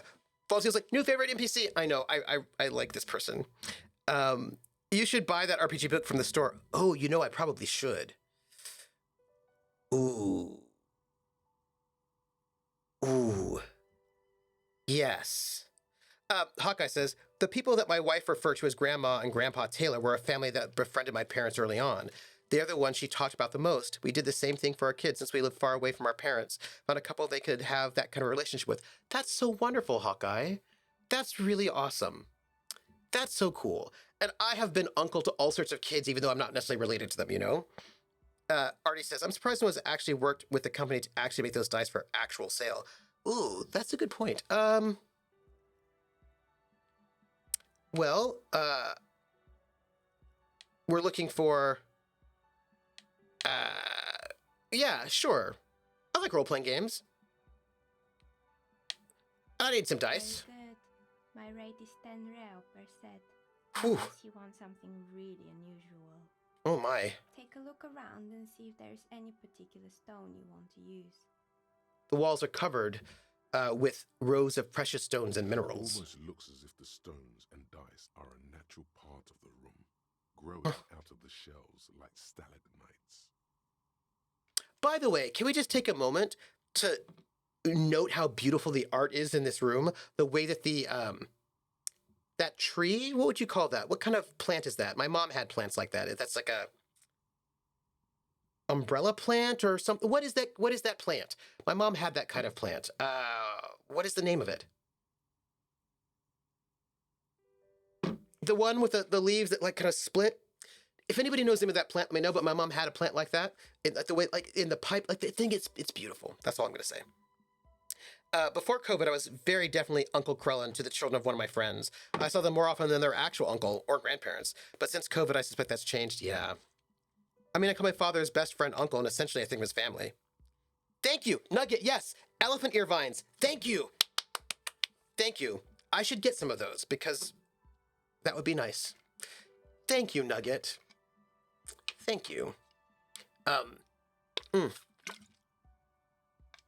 Yeah, I want you to know that right now I'm feeling very like warm and toasty, not like physically, but emotionally. This is like such a lovely conversation. It's very wholesome. Also, you can have different types of families. I mean, in a sense, stream communities are my family. Absolutely. Stable Deos, I'm not surprised you know that. I was going to say Weeping Willow. I think Weeping Willows like are a bit more tendril-like. How did you become a dice maker? How did I become one? It was a business decision.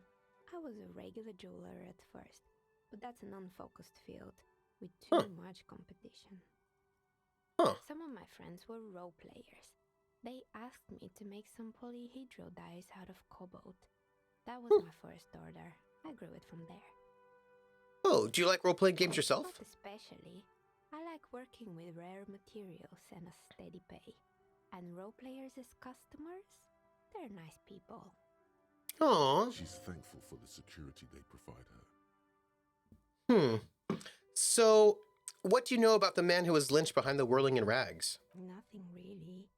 I didn't know him. Who cares about the dead body? We might be dealing with a malignant entity here. Inland Empire, you need to calm down. I'm having a conversation about a murder. And Ty, do not get involved in this conversation. Looks at his notebook. Then the woman under the large window. Your window looks directly onto the courtyard. You're saying you didn't see or hear anything unusual last Sunday evening? Ooh. I'm sorry, detective, but as you know, I usually have my headphones on when I'm working. It shuts out most of the daily ruckus behind my window. What do you mean by the daily ruckus? Well, there's always something going on in the Whirling's backyard. She stops to try and come up with an example. During daytime, there are usually those kids.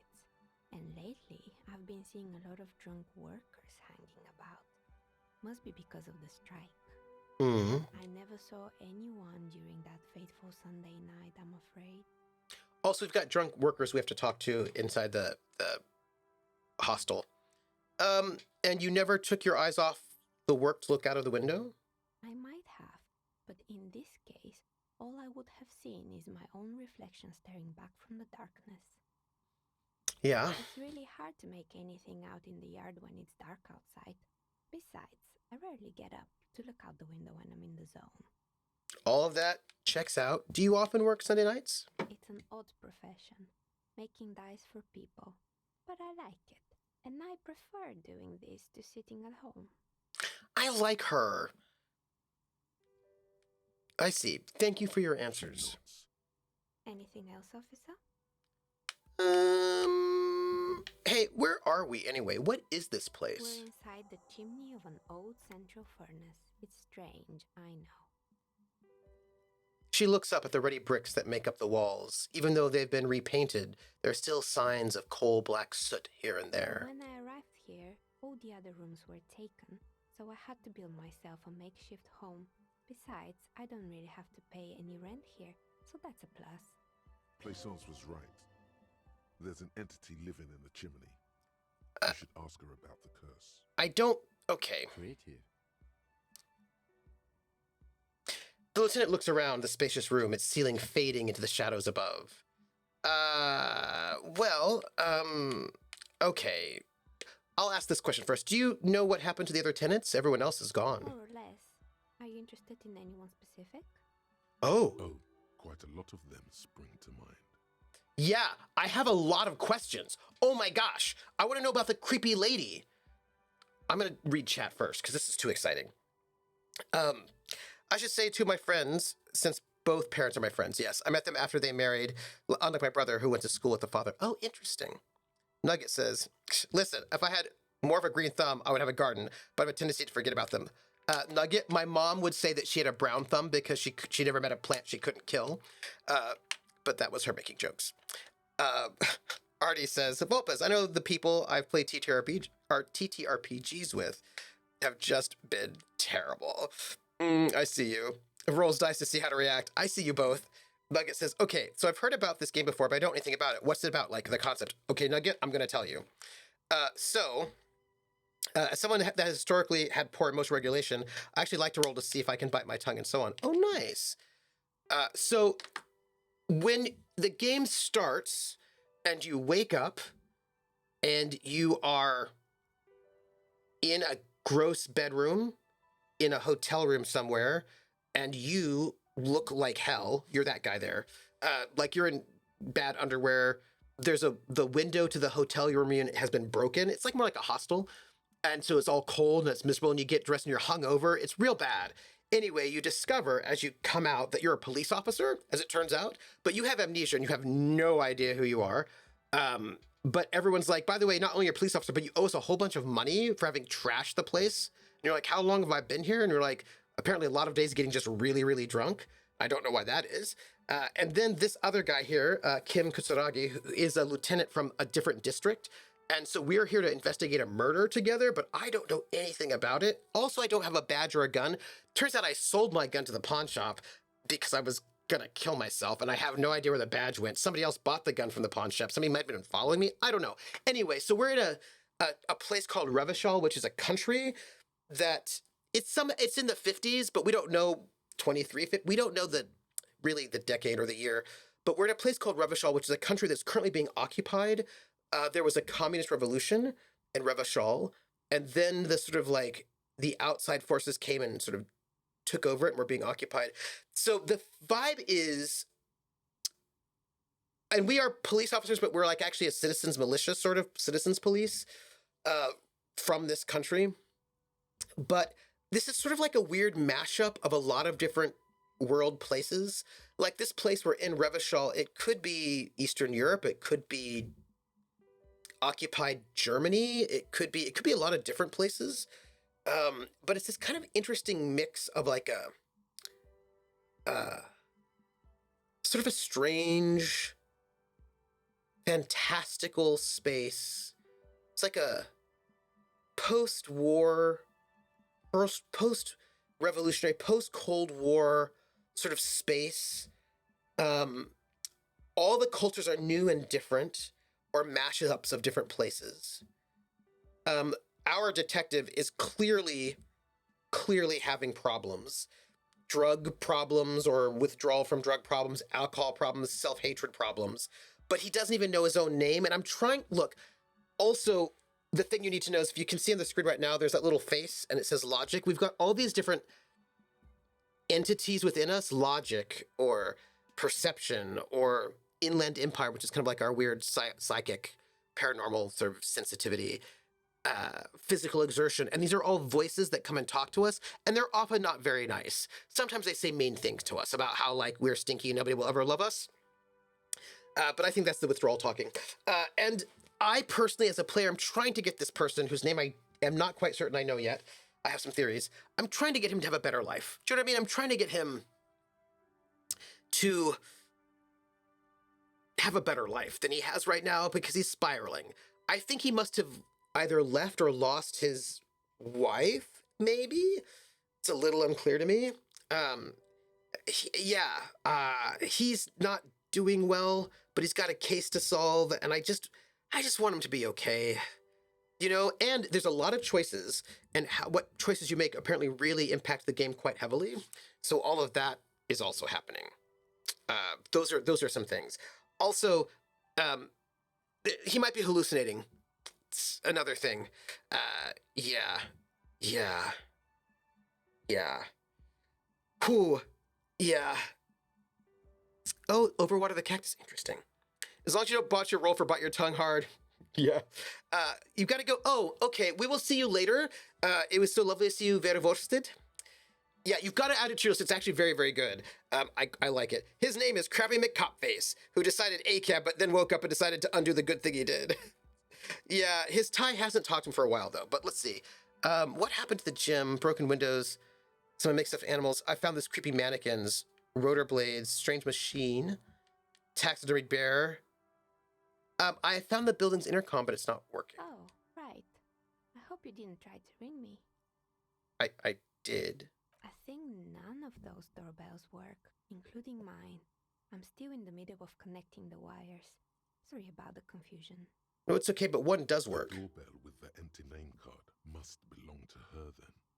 Okay. Yeah, a strange thing happened when I tried calling a company named Slipstream SCA. Someone answered. It can't be true. They don't work here anymore. They've been gone for years. She looks like she doesn't really believe you. Are you sure it was Slipstream SCA? Was it a woman? Maybe it was Plaisance from the bookstore. She said she was from Tricentennial Electrics. Tricentennial Electrics? Yeah. There's a moment before she recognizes the name. It used to be a major electric company 100 years ago. Are you sure it wasn't just some kids playing a prank on you? No, it was something else. It was eerie. It was eerie. Whatever happened, keep your cool. It's probably better to admit that it was a harmless prank. You're right. I probably just got... It may have been some sort of rare electrical anomaly. Prank is more likely, no? Oh, the kids these days. We were just one of them, and now they're terrorizing us. No solidarity. I was wondering about the Whirling in Rags. Is it part of the same building complex? You could say so. Both houses were built at the same time and under the East Delta Commerce Center project. That explains why you can call the whirling from the intercom, albeit I doubt that anyone responds. If the whirling is part of the same building, then it's part of the doomed commercial area. The darkness of this place is there, too. Hold on. Inland Empire. Inland Empire is like my paranormal sort of self. I have a very high level of Inland Empire, which is not necessarily good. So Nugget. Oh, thank you, 30. So the thing is, you have these skills, and the higher the skills are, that's good because you're better at them. But that's not always good. So my Inland Empire is my where is it? Inland Empire. Hunches and gut feelings, dreams and waking life. Cool for dreamers, paranatural investigators, mental creators. Inland Empire is the unfiltered wellspring of your imagination, emotion, and foreboding. It enables you to grope your way through invisible dimensions of reality, gaining insight into that which can't see. What's really going on? What do these enigmatic riddles mean for the world fate? At high levels, Inland Empire animates the inanimate. You'll have conversations with your clothing, conversations that may change the course of the investigation if you're not thrown into the loony bin first.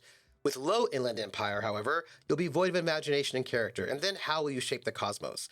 So, like, it's really great to have high Inland Empire because you get all these insights. The only problem is it's also maybe not great to have a high Inland Empire because then you're hallucinating a lot, and people look at you like maybe there's something wrong with you, is what I'm trying to tell you.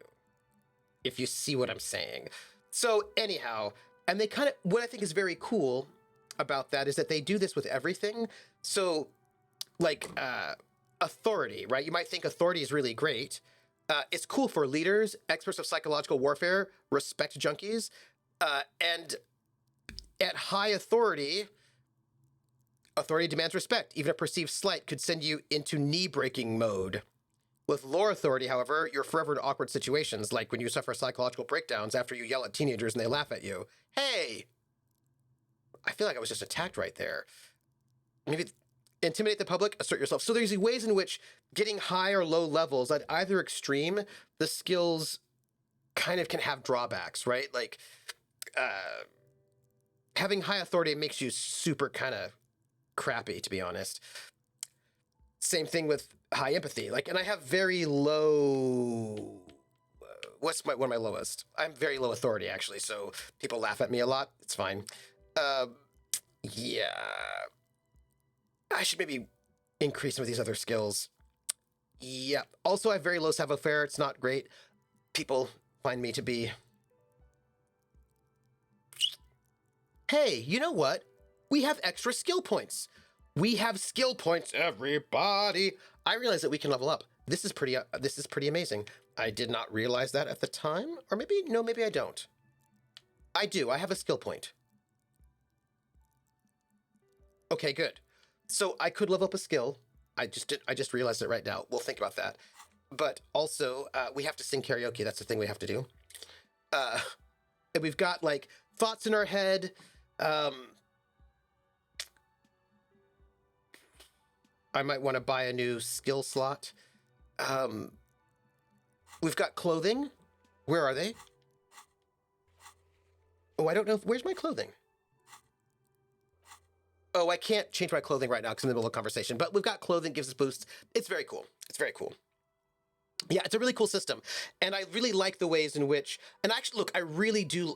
There's an RPG which maybe I'll invite you to when I run a short shot of it. It's a game that I want to run. So look, Nugget, I have been collecting RPGs from around the world. I've got RPGs from France, from Brazil, from all sorts of places. Right, I'm trying to get like all these big games from everywhere. And one of these days, I want to just kind of run a bunch of do like a thing where I run a bunch of these games from around the world. And one of the ones that I have, which is over there, is Shadows of Esterin, and it's French. And Shadows of Esterin does a thing where it has, you know how you have attributes like strength, dex, et cetera, et cetera. It's kind of like a fantasy game. It's like fantasy horror or kind of like dark fantasy. So it's got five, instead of like dexterity, charisma, et cetera, they have 5 of these things that they're called ways. And the ways are like aggression, imagination, imagination, things like this. Like, so these like ways in which you move about in the world, and there are 5 of them, and you rank them 1 through 5. So 5 is the highest, 1 is the lowest, and each one is going to get a number 1 through 5. And what's interesting about that is that having 5 makes you best at it, but it's not a skill. Like, the way of aggression is not the same thing as strength. The way of aggression is aggression, which means if you have a 5 in the way of aggression, you're gonna be very good at fighting, but also you're really aggressive, and it will penalize you. Having a 5 is good, like, it's gonna give you lots of bonuses for fighting, but it may not give you bonuses to stop fighting or to be kind to people, right? But if you have a 1 in the way of aggression, you're not going to be very good at fighting, but you might actually have another kind of bonus. And there's a system in there where, because it has like a sanity system. It's not exactly like Call of Cthulhu, but it has sort of a sanity system wherein if you get a lot of stress, you can break in certain ways. And how you break will depend on what is your 1 and what is your 5. Right? Like, basically, if you have a 5 in aggression and you break, you're probably going to break in a way that ends up being very rageful or violent. But if you have a 1 in aggression and you break, maybe the way that you break is then you become really conflict avoidant. And like, so you have 2 options on how you break depending on where you put your stats. Anyway, I thought that was really interesting. I thought it was a kind of a neat model. It sort of reminds me of this one. And I thought, oh, I can't wait to run that. And, just keep in mind. Yeah. You weren't attacked. Kuna was 12, not 13. Okay, that's fair. Okay, yeah, outfixed. What skill do you need to improve investigate the body of the freezer? Rissa, that's a good one. I think it might be perception. Yes. All right, I got to bounce. Stripper, I will shoot you a message soon about things. Please, Nugget, shoot me a message. Yeah, I think it was perception, actually. So we'll keep that in mind because we should probably increase our perception. So I saw a name East Delta Pinball on the doorbell. What's up with that weird? It used to be a gaming arcade. This is an ancient failure, before my time. I'm not surprised, however. My advice, Why? don't base your business on a fad. Hypnotism, floriography, trick track, especially pinball. I would never base one of my businesses off of Trick Track because that is clearly a fad. Do you know what I mean? Trick Track? Come on. Agreed. Pinball is the worst. What? His disdain for pinball could not be clearer. I personally, as a trooper, was a huge pinball fan when I was 3 years old. So you're telling me that the doorbell with the empty name card was yours? Right. I haven't even written my name there. As I said, it's quite useless right now. It doesn't work yet. I might be able to fix it. I have a few more questions about the building. Sure, I'm listening. I found these creepy mannequins. There used to be a fashion atelier here. but I have forgotten the head designer's name.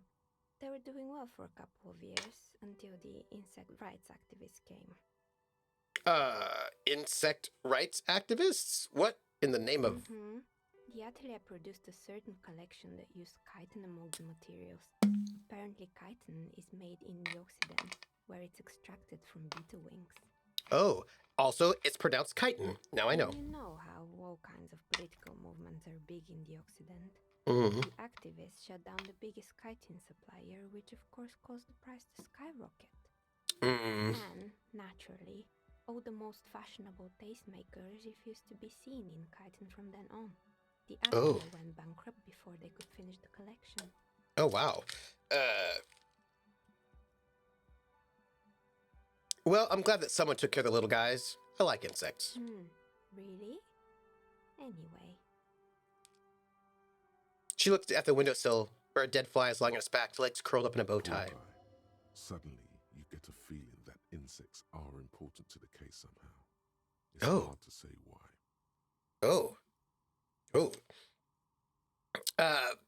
Kim is secretly a pinball wizard. Can't be. We have evidence that he can see, hear, and speak. That's what the song... You're right about the song. Let's see. I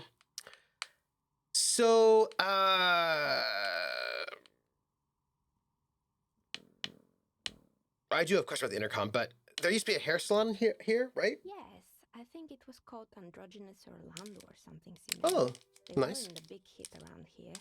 Turns out that working class men don't like genderless haircuts. They're scared of that word. Wasn't the case for Teddy Boys, though. Go on. You wouldn't like it either. The others would laugh at you. I don't care. I'm wearing disco clothes. I do what I want. A bit of experimenting every now and then isn't bad. Thank you, conceptualization. It's not about the haircut. It's about the confidence. Why are all the voices in my head having these conversations right now?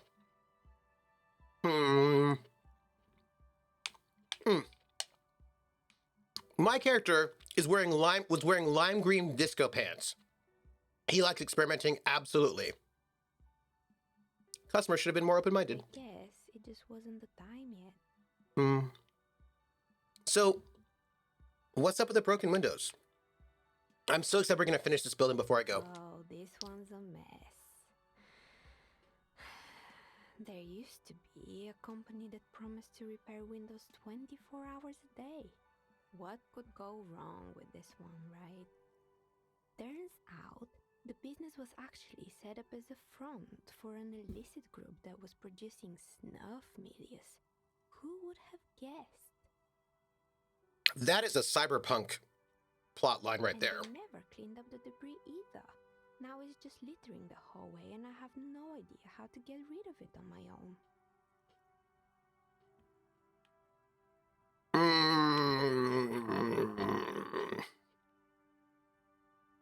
It's a shame about those windows. I'm not even going to ask about that milieu. Yeah, don't. She looks down and then up again. So, what's with the rotor blades and skis? They were made by a company called Slipstream. Mm-hmm. After they pivoted from making rotor blades to skis, their chief executive took off on a vacation with all their money. She rests her chin on her hand with an impish smile. Honestly, I think it's quite funny. I think he's still sending out holiday transmissions from Tulula or Tumotiri or Hashtkor or wherever he is.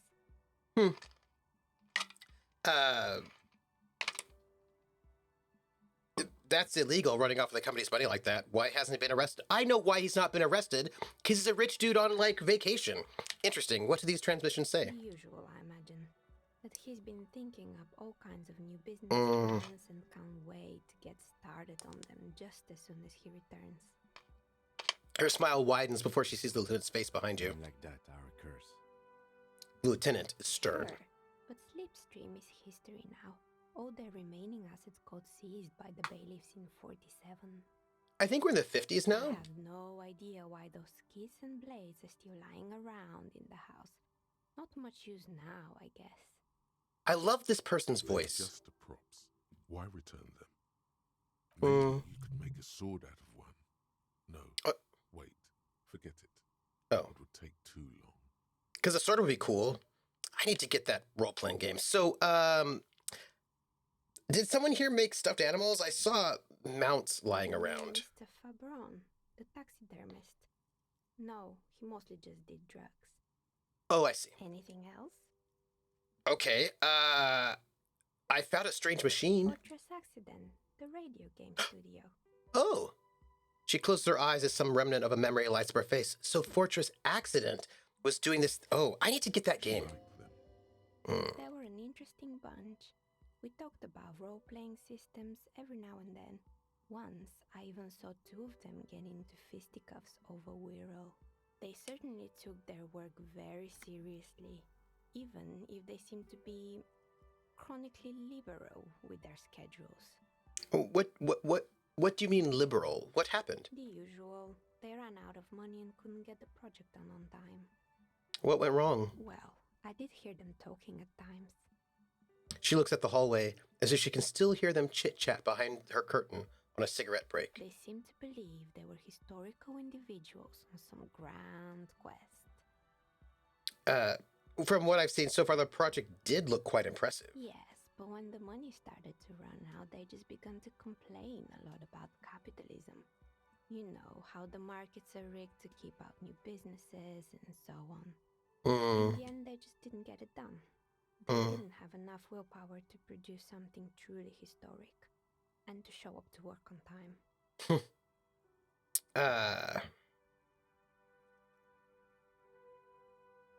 That's too bad. I would have supported them. The project looked great. Not the wisest decision. You would have lost all your savings. She tosses a pair of dice on the table. One of them stops near the edge of a metallic desk.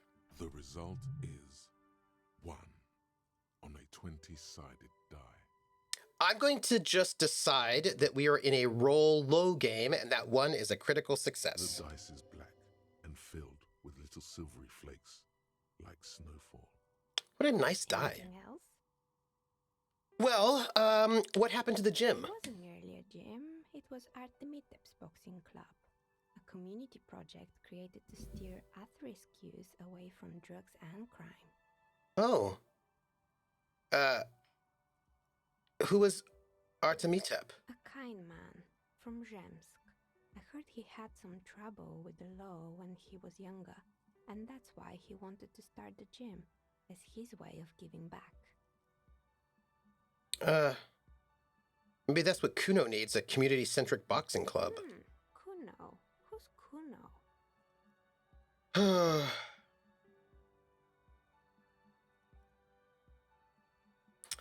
He's a little ginger gremlin who likes to defile dead bodies. Oh, yes. You mean the kid with the sailor's mouth?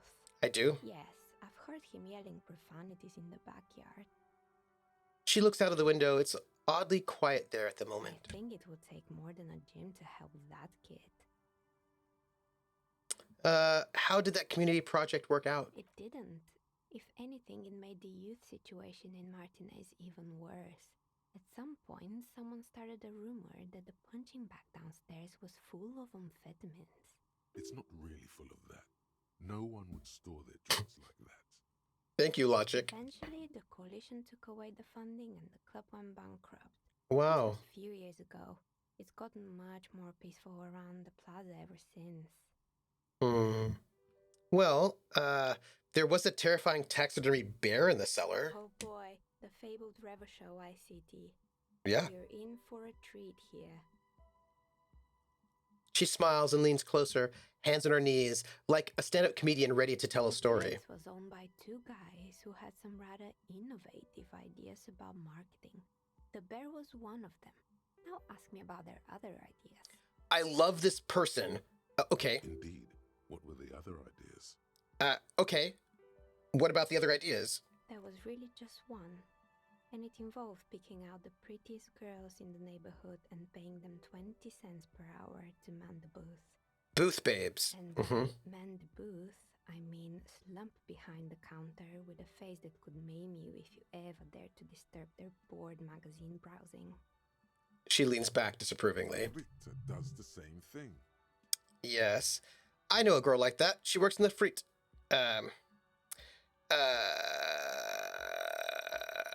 Yeah. And she's not particularly friendly. Employing Soki teenage girls is a widespread practice, yes. Unfortunately, they always come in packs. I'm talking about acne-ridden girlfriends and gorilla-like boyfriends loitering near the shop. At least that's what happened with Ravishal Ice City. Is Revachol Ice City, was that like near the Jersey Shore? They already had the bear. She closed her eyes as for remembering something painful. But wait, what about the bear? The bear. She repeats, pressing thumbs into her temples, trying to suppress a headache. It didn't work out? Of course not. The bear was terrifying. No one wants ice cream guarded by a hostile apex predator. To make matters worse, the fridge didn't work too well either, and half the ice cream came out malformed and partially melted. I see. Eventually, Ravishal Ice City lost the price war to its rival, Glacé 5000. Glacé 5000 sold caramel sundaes for only 5 cents a piece, out of regular fridges. Yeah, and I just put that body there, Krellin. It's true. Yeah, I'm sure the bear was doing its best. Maybe, because the taxidermist who made that bear definitely wasn't doing his best, I mean. You are hilarious. How come? He said that the bear was his vision beast. He said he met his vision beast while high on desiccants. Called it Megatherian. Megatherian. Sounds cool. Yeah. Why is everyone doing drugs in this place? Even the taxidermist? I don't know electrochemistry. I don't know. Thank you, 10. It's just gonna come out all malformed and half melted. It's true. What's a vision beast? An imaginary beast that guides you through life. Oh. By telling you to do more drugs, mostly.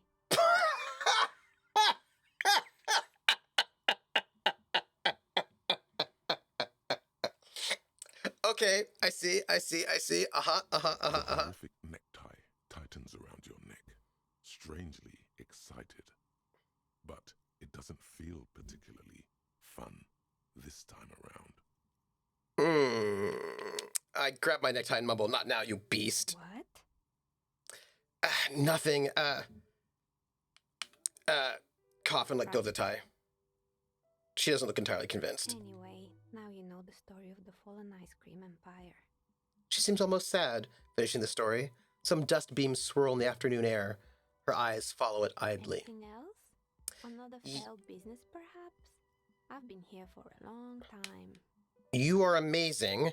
I have more questions about the intercom. I'm pretty sure it still doesn't work, but sure. What do you want to know? Nothing there. We asked all those questions. Sure. I'm listening. Grabbing your necktie, the line that goes with, "I get no respect, I tell you, no respect." So actually I had other questions. Good. I hope it clarified things a bit. What else? So I heard this place is cursed. Did you know that people call it the doomed commercial area? I've heard the stories, but I don't think those stories are true. She nods as the wind howls in from the furnace shaft. Plaisance is the one who sent me. She's convinced that the place is swarming with malicious energies. Sans, the bookshop lady? Yeah. I've heard that her business is doing rather well. Have the energies spared her somehow? She raises her brows. Let's see. Actually, the bookstore isn't doing well. There are hardly any customers, and she has to exploit her own daughter to keep the company going. All right. But it's not just the bookstore that's still up and running. What about the whirling in racks? Some people say it's part of the building complex.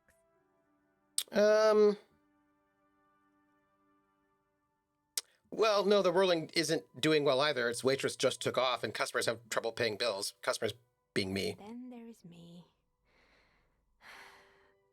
She sighs, looking at her messy work table. All kinds of tools lie there scattered, from knives to carving files to wire cutters. I've been here for 14 years.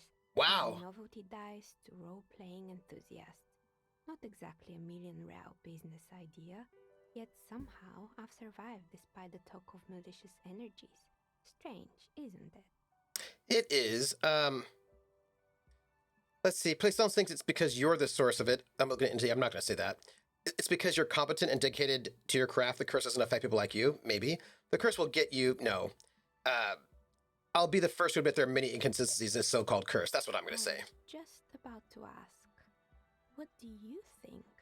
Do you think the curse is real? She leans forward in her chair to study my Time has face. come to face the source. Fear not, for the forces of the universe are supporting you in this psychic quest.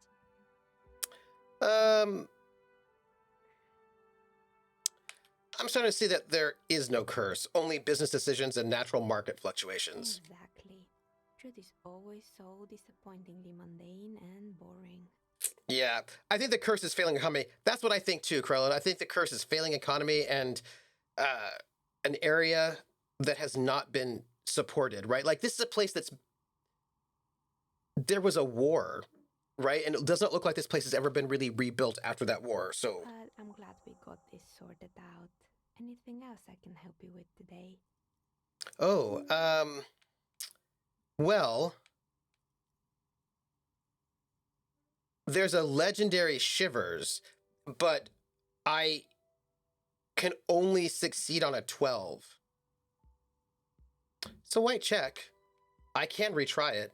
Might as well. But I mean, the chances of me, it's like a 1% chance. Sorry, 3% chance of getting this one. So might as well. A gust of cold air sweeps through the chimney. The stones and minerals on the shelves rattle as though agitated. For a moment, it almost feels as though you're outside the building, exposed to the atmosphere. Ah, wow. Wow. Huh? What? The businesses that are failing are the ones reliant on local customers, while her Nobody Dice business probably relies on niche, non-local customers. Yeah. Also, wow. Okay. This is just a theory, but hear me out. I think I know why your business hasn't failed. Didn't we already talk about this? She asks as the wind continues to seep in through the cracks in the old chimney. It's because you're not in the same building as the others. This isn't technically the doomed commercial area. What are you talking about? My address is exactly the same. Rue de Saint-Guilain 10. No, the old coal plant that used to be here was subsumed into the new venture. Its ruins swallowed up. Yet it has a different address in the heart of the city. No, this used to be a coal plant. You're in the chimney of another building. This doesn't make any sense. She looks around the makeshift nest that she has carved out for herself, Are you bewildered. saying my business was spared because of a technicality? Where is this coming from?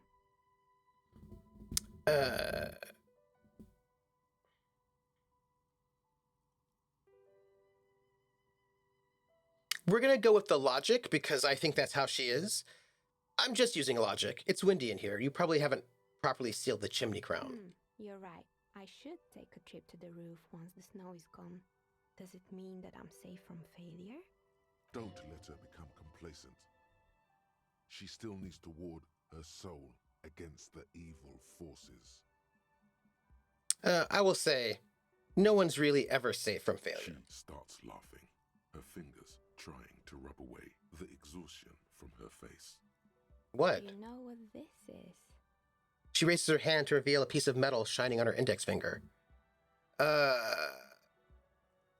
Your lucky charm? Some kind of ward? It's a mourning ring. I made this when my first company failed. It was a small jewelry shop right here in the East Delta Commerce Center, built with the little I inherited from my parents. I drove it into the ground within a year. I didn't have what you would call a viable business plan. Why are you telling me this? It wasn't just the jewelry shop either. I always thought that it was just the world that you were supposed to try again and again until you finally succeed. Go on. Now you're telling me what? That it was all because I didn't run my little shops and ventures from a dump inside an abandoned chimney?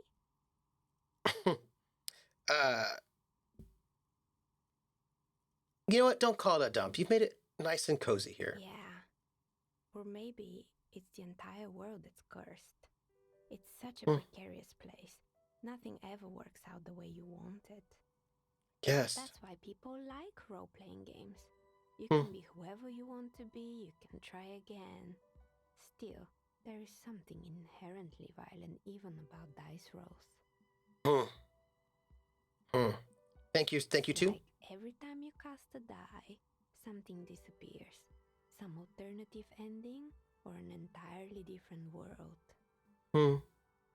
She picks up a pair of dice from the table and examines them under the light. Anyway, thanks for sharing your theories. We're in the money.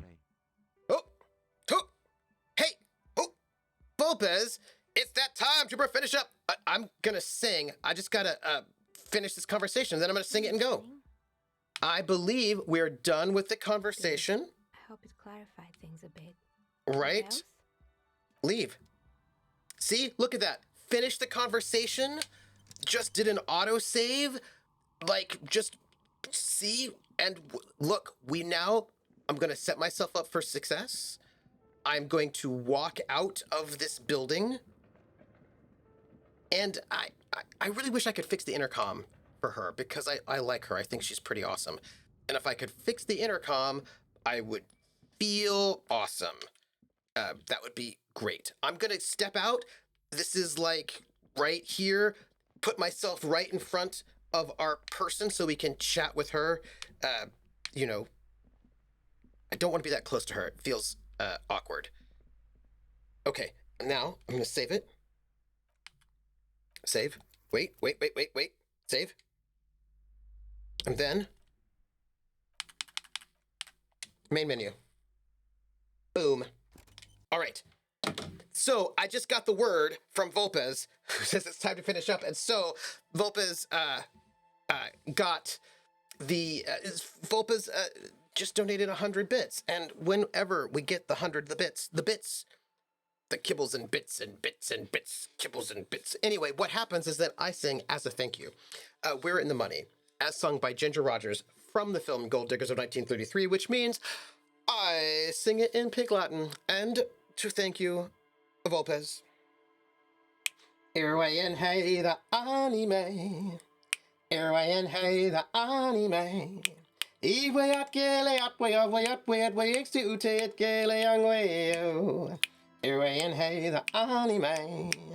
Either I skays or ani say. Old me and idiot and pray ooh yare ooh gray you're still young ray. Ire eveni idre edle ansley, eavway at bransley, ute day. And we see the end, the order will cut the eye, got in the IA. We're in the money, we're in the money. We've got a lot of what it takes to get along. Eee! Oh, so nice. Thank you so much. Thank you. Okay, so let me do my outro because I got things to tell you. All right, first off, you're awesome and thank you. Might I suggest rating Simon? Oh, Hawkeye. Oh, yes. Simon told me last night about the unboxing and was like, I'm going to start, and then you can raid me. And I was like, I'm absolutely going to raid you. I'm going to raid you so hard. So we're going to raid Simon. 100%. I'm so excited for it.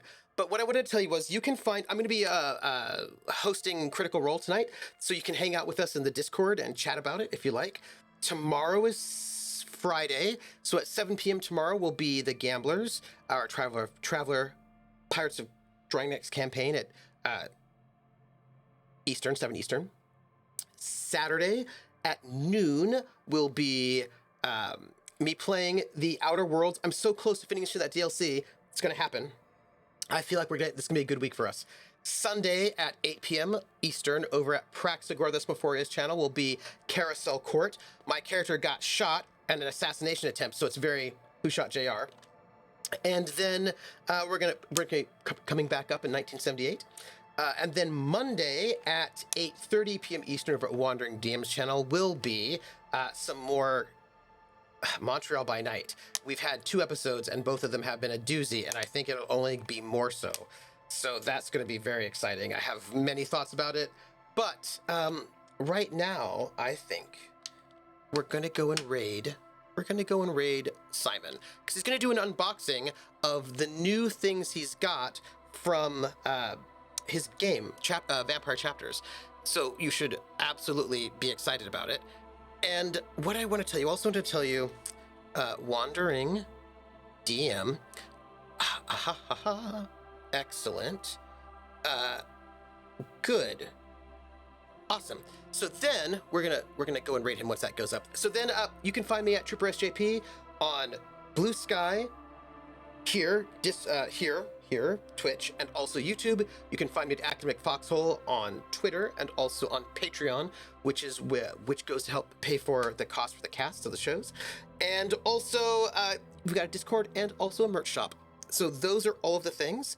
I'm gonna go and do this raid, and then I'm gonna go grab some food because I have got Chinese food that I ordered last night, and I've got leftovers, and it's gonna be delicious. So my friends, much love to all of you, and don't forget our raid command, and give Simon all of the love. Okay, I will see you all shortly.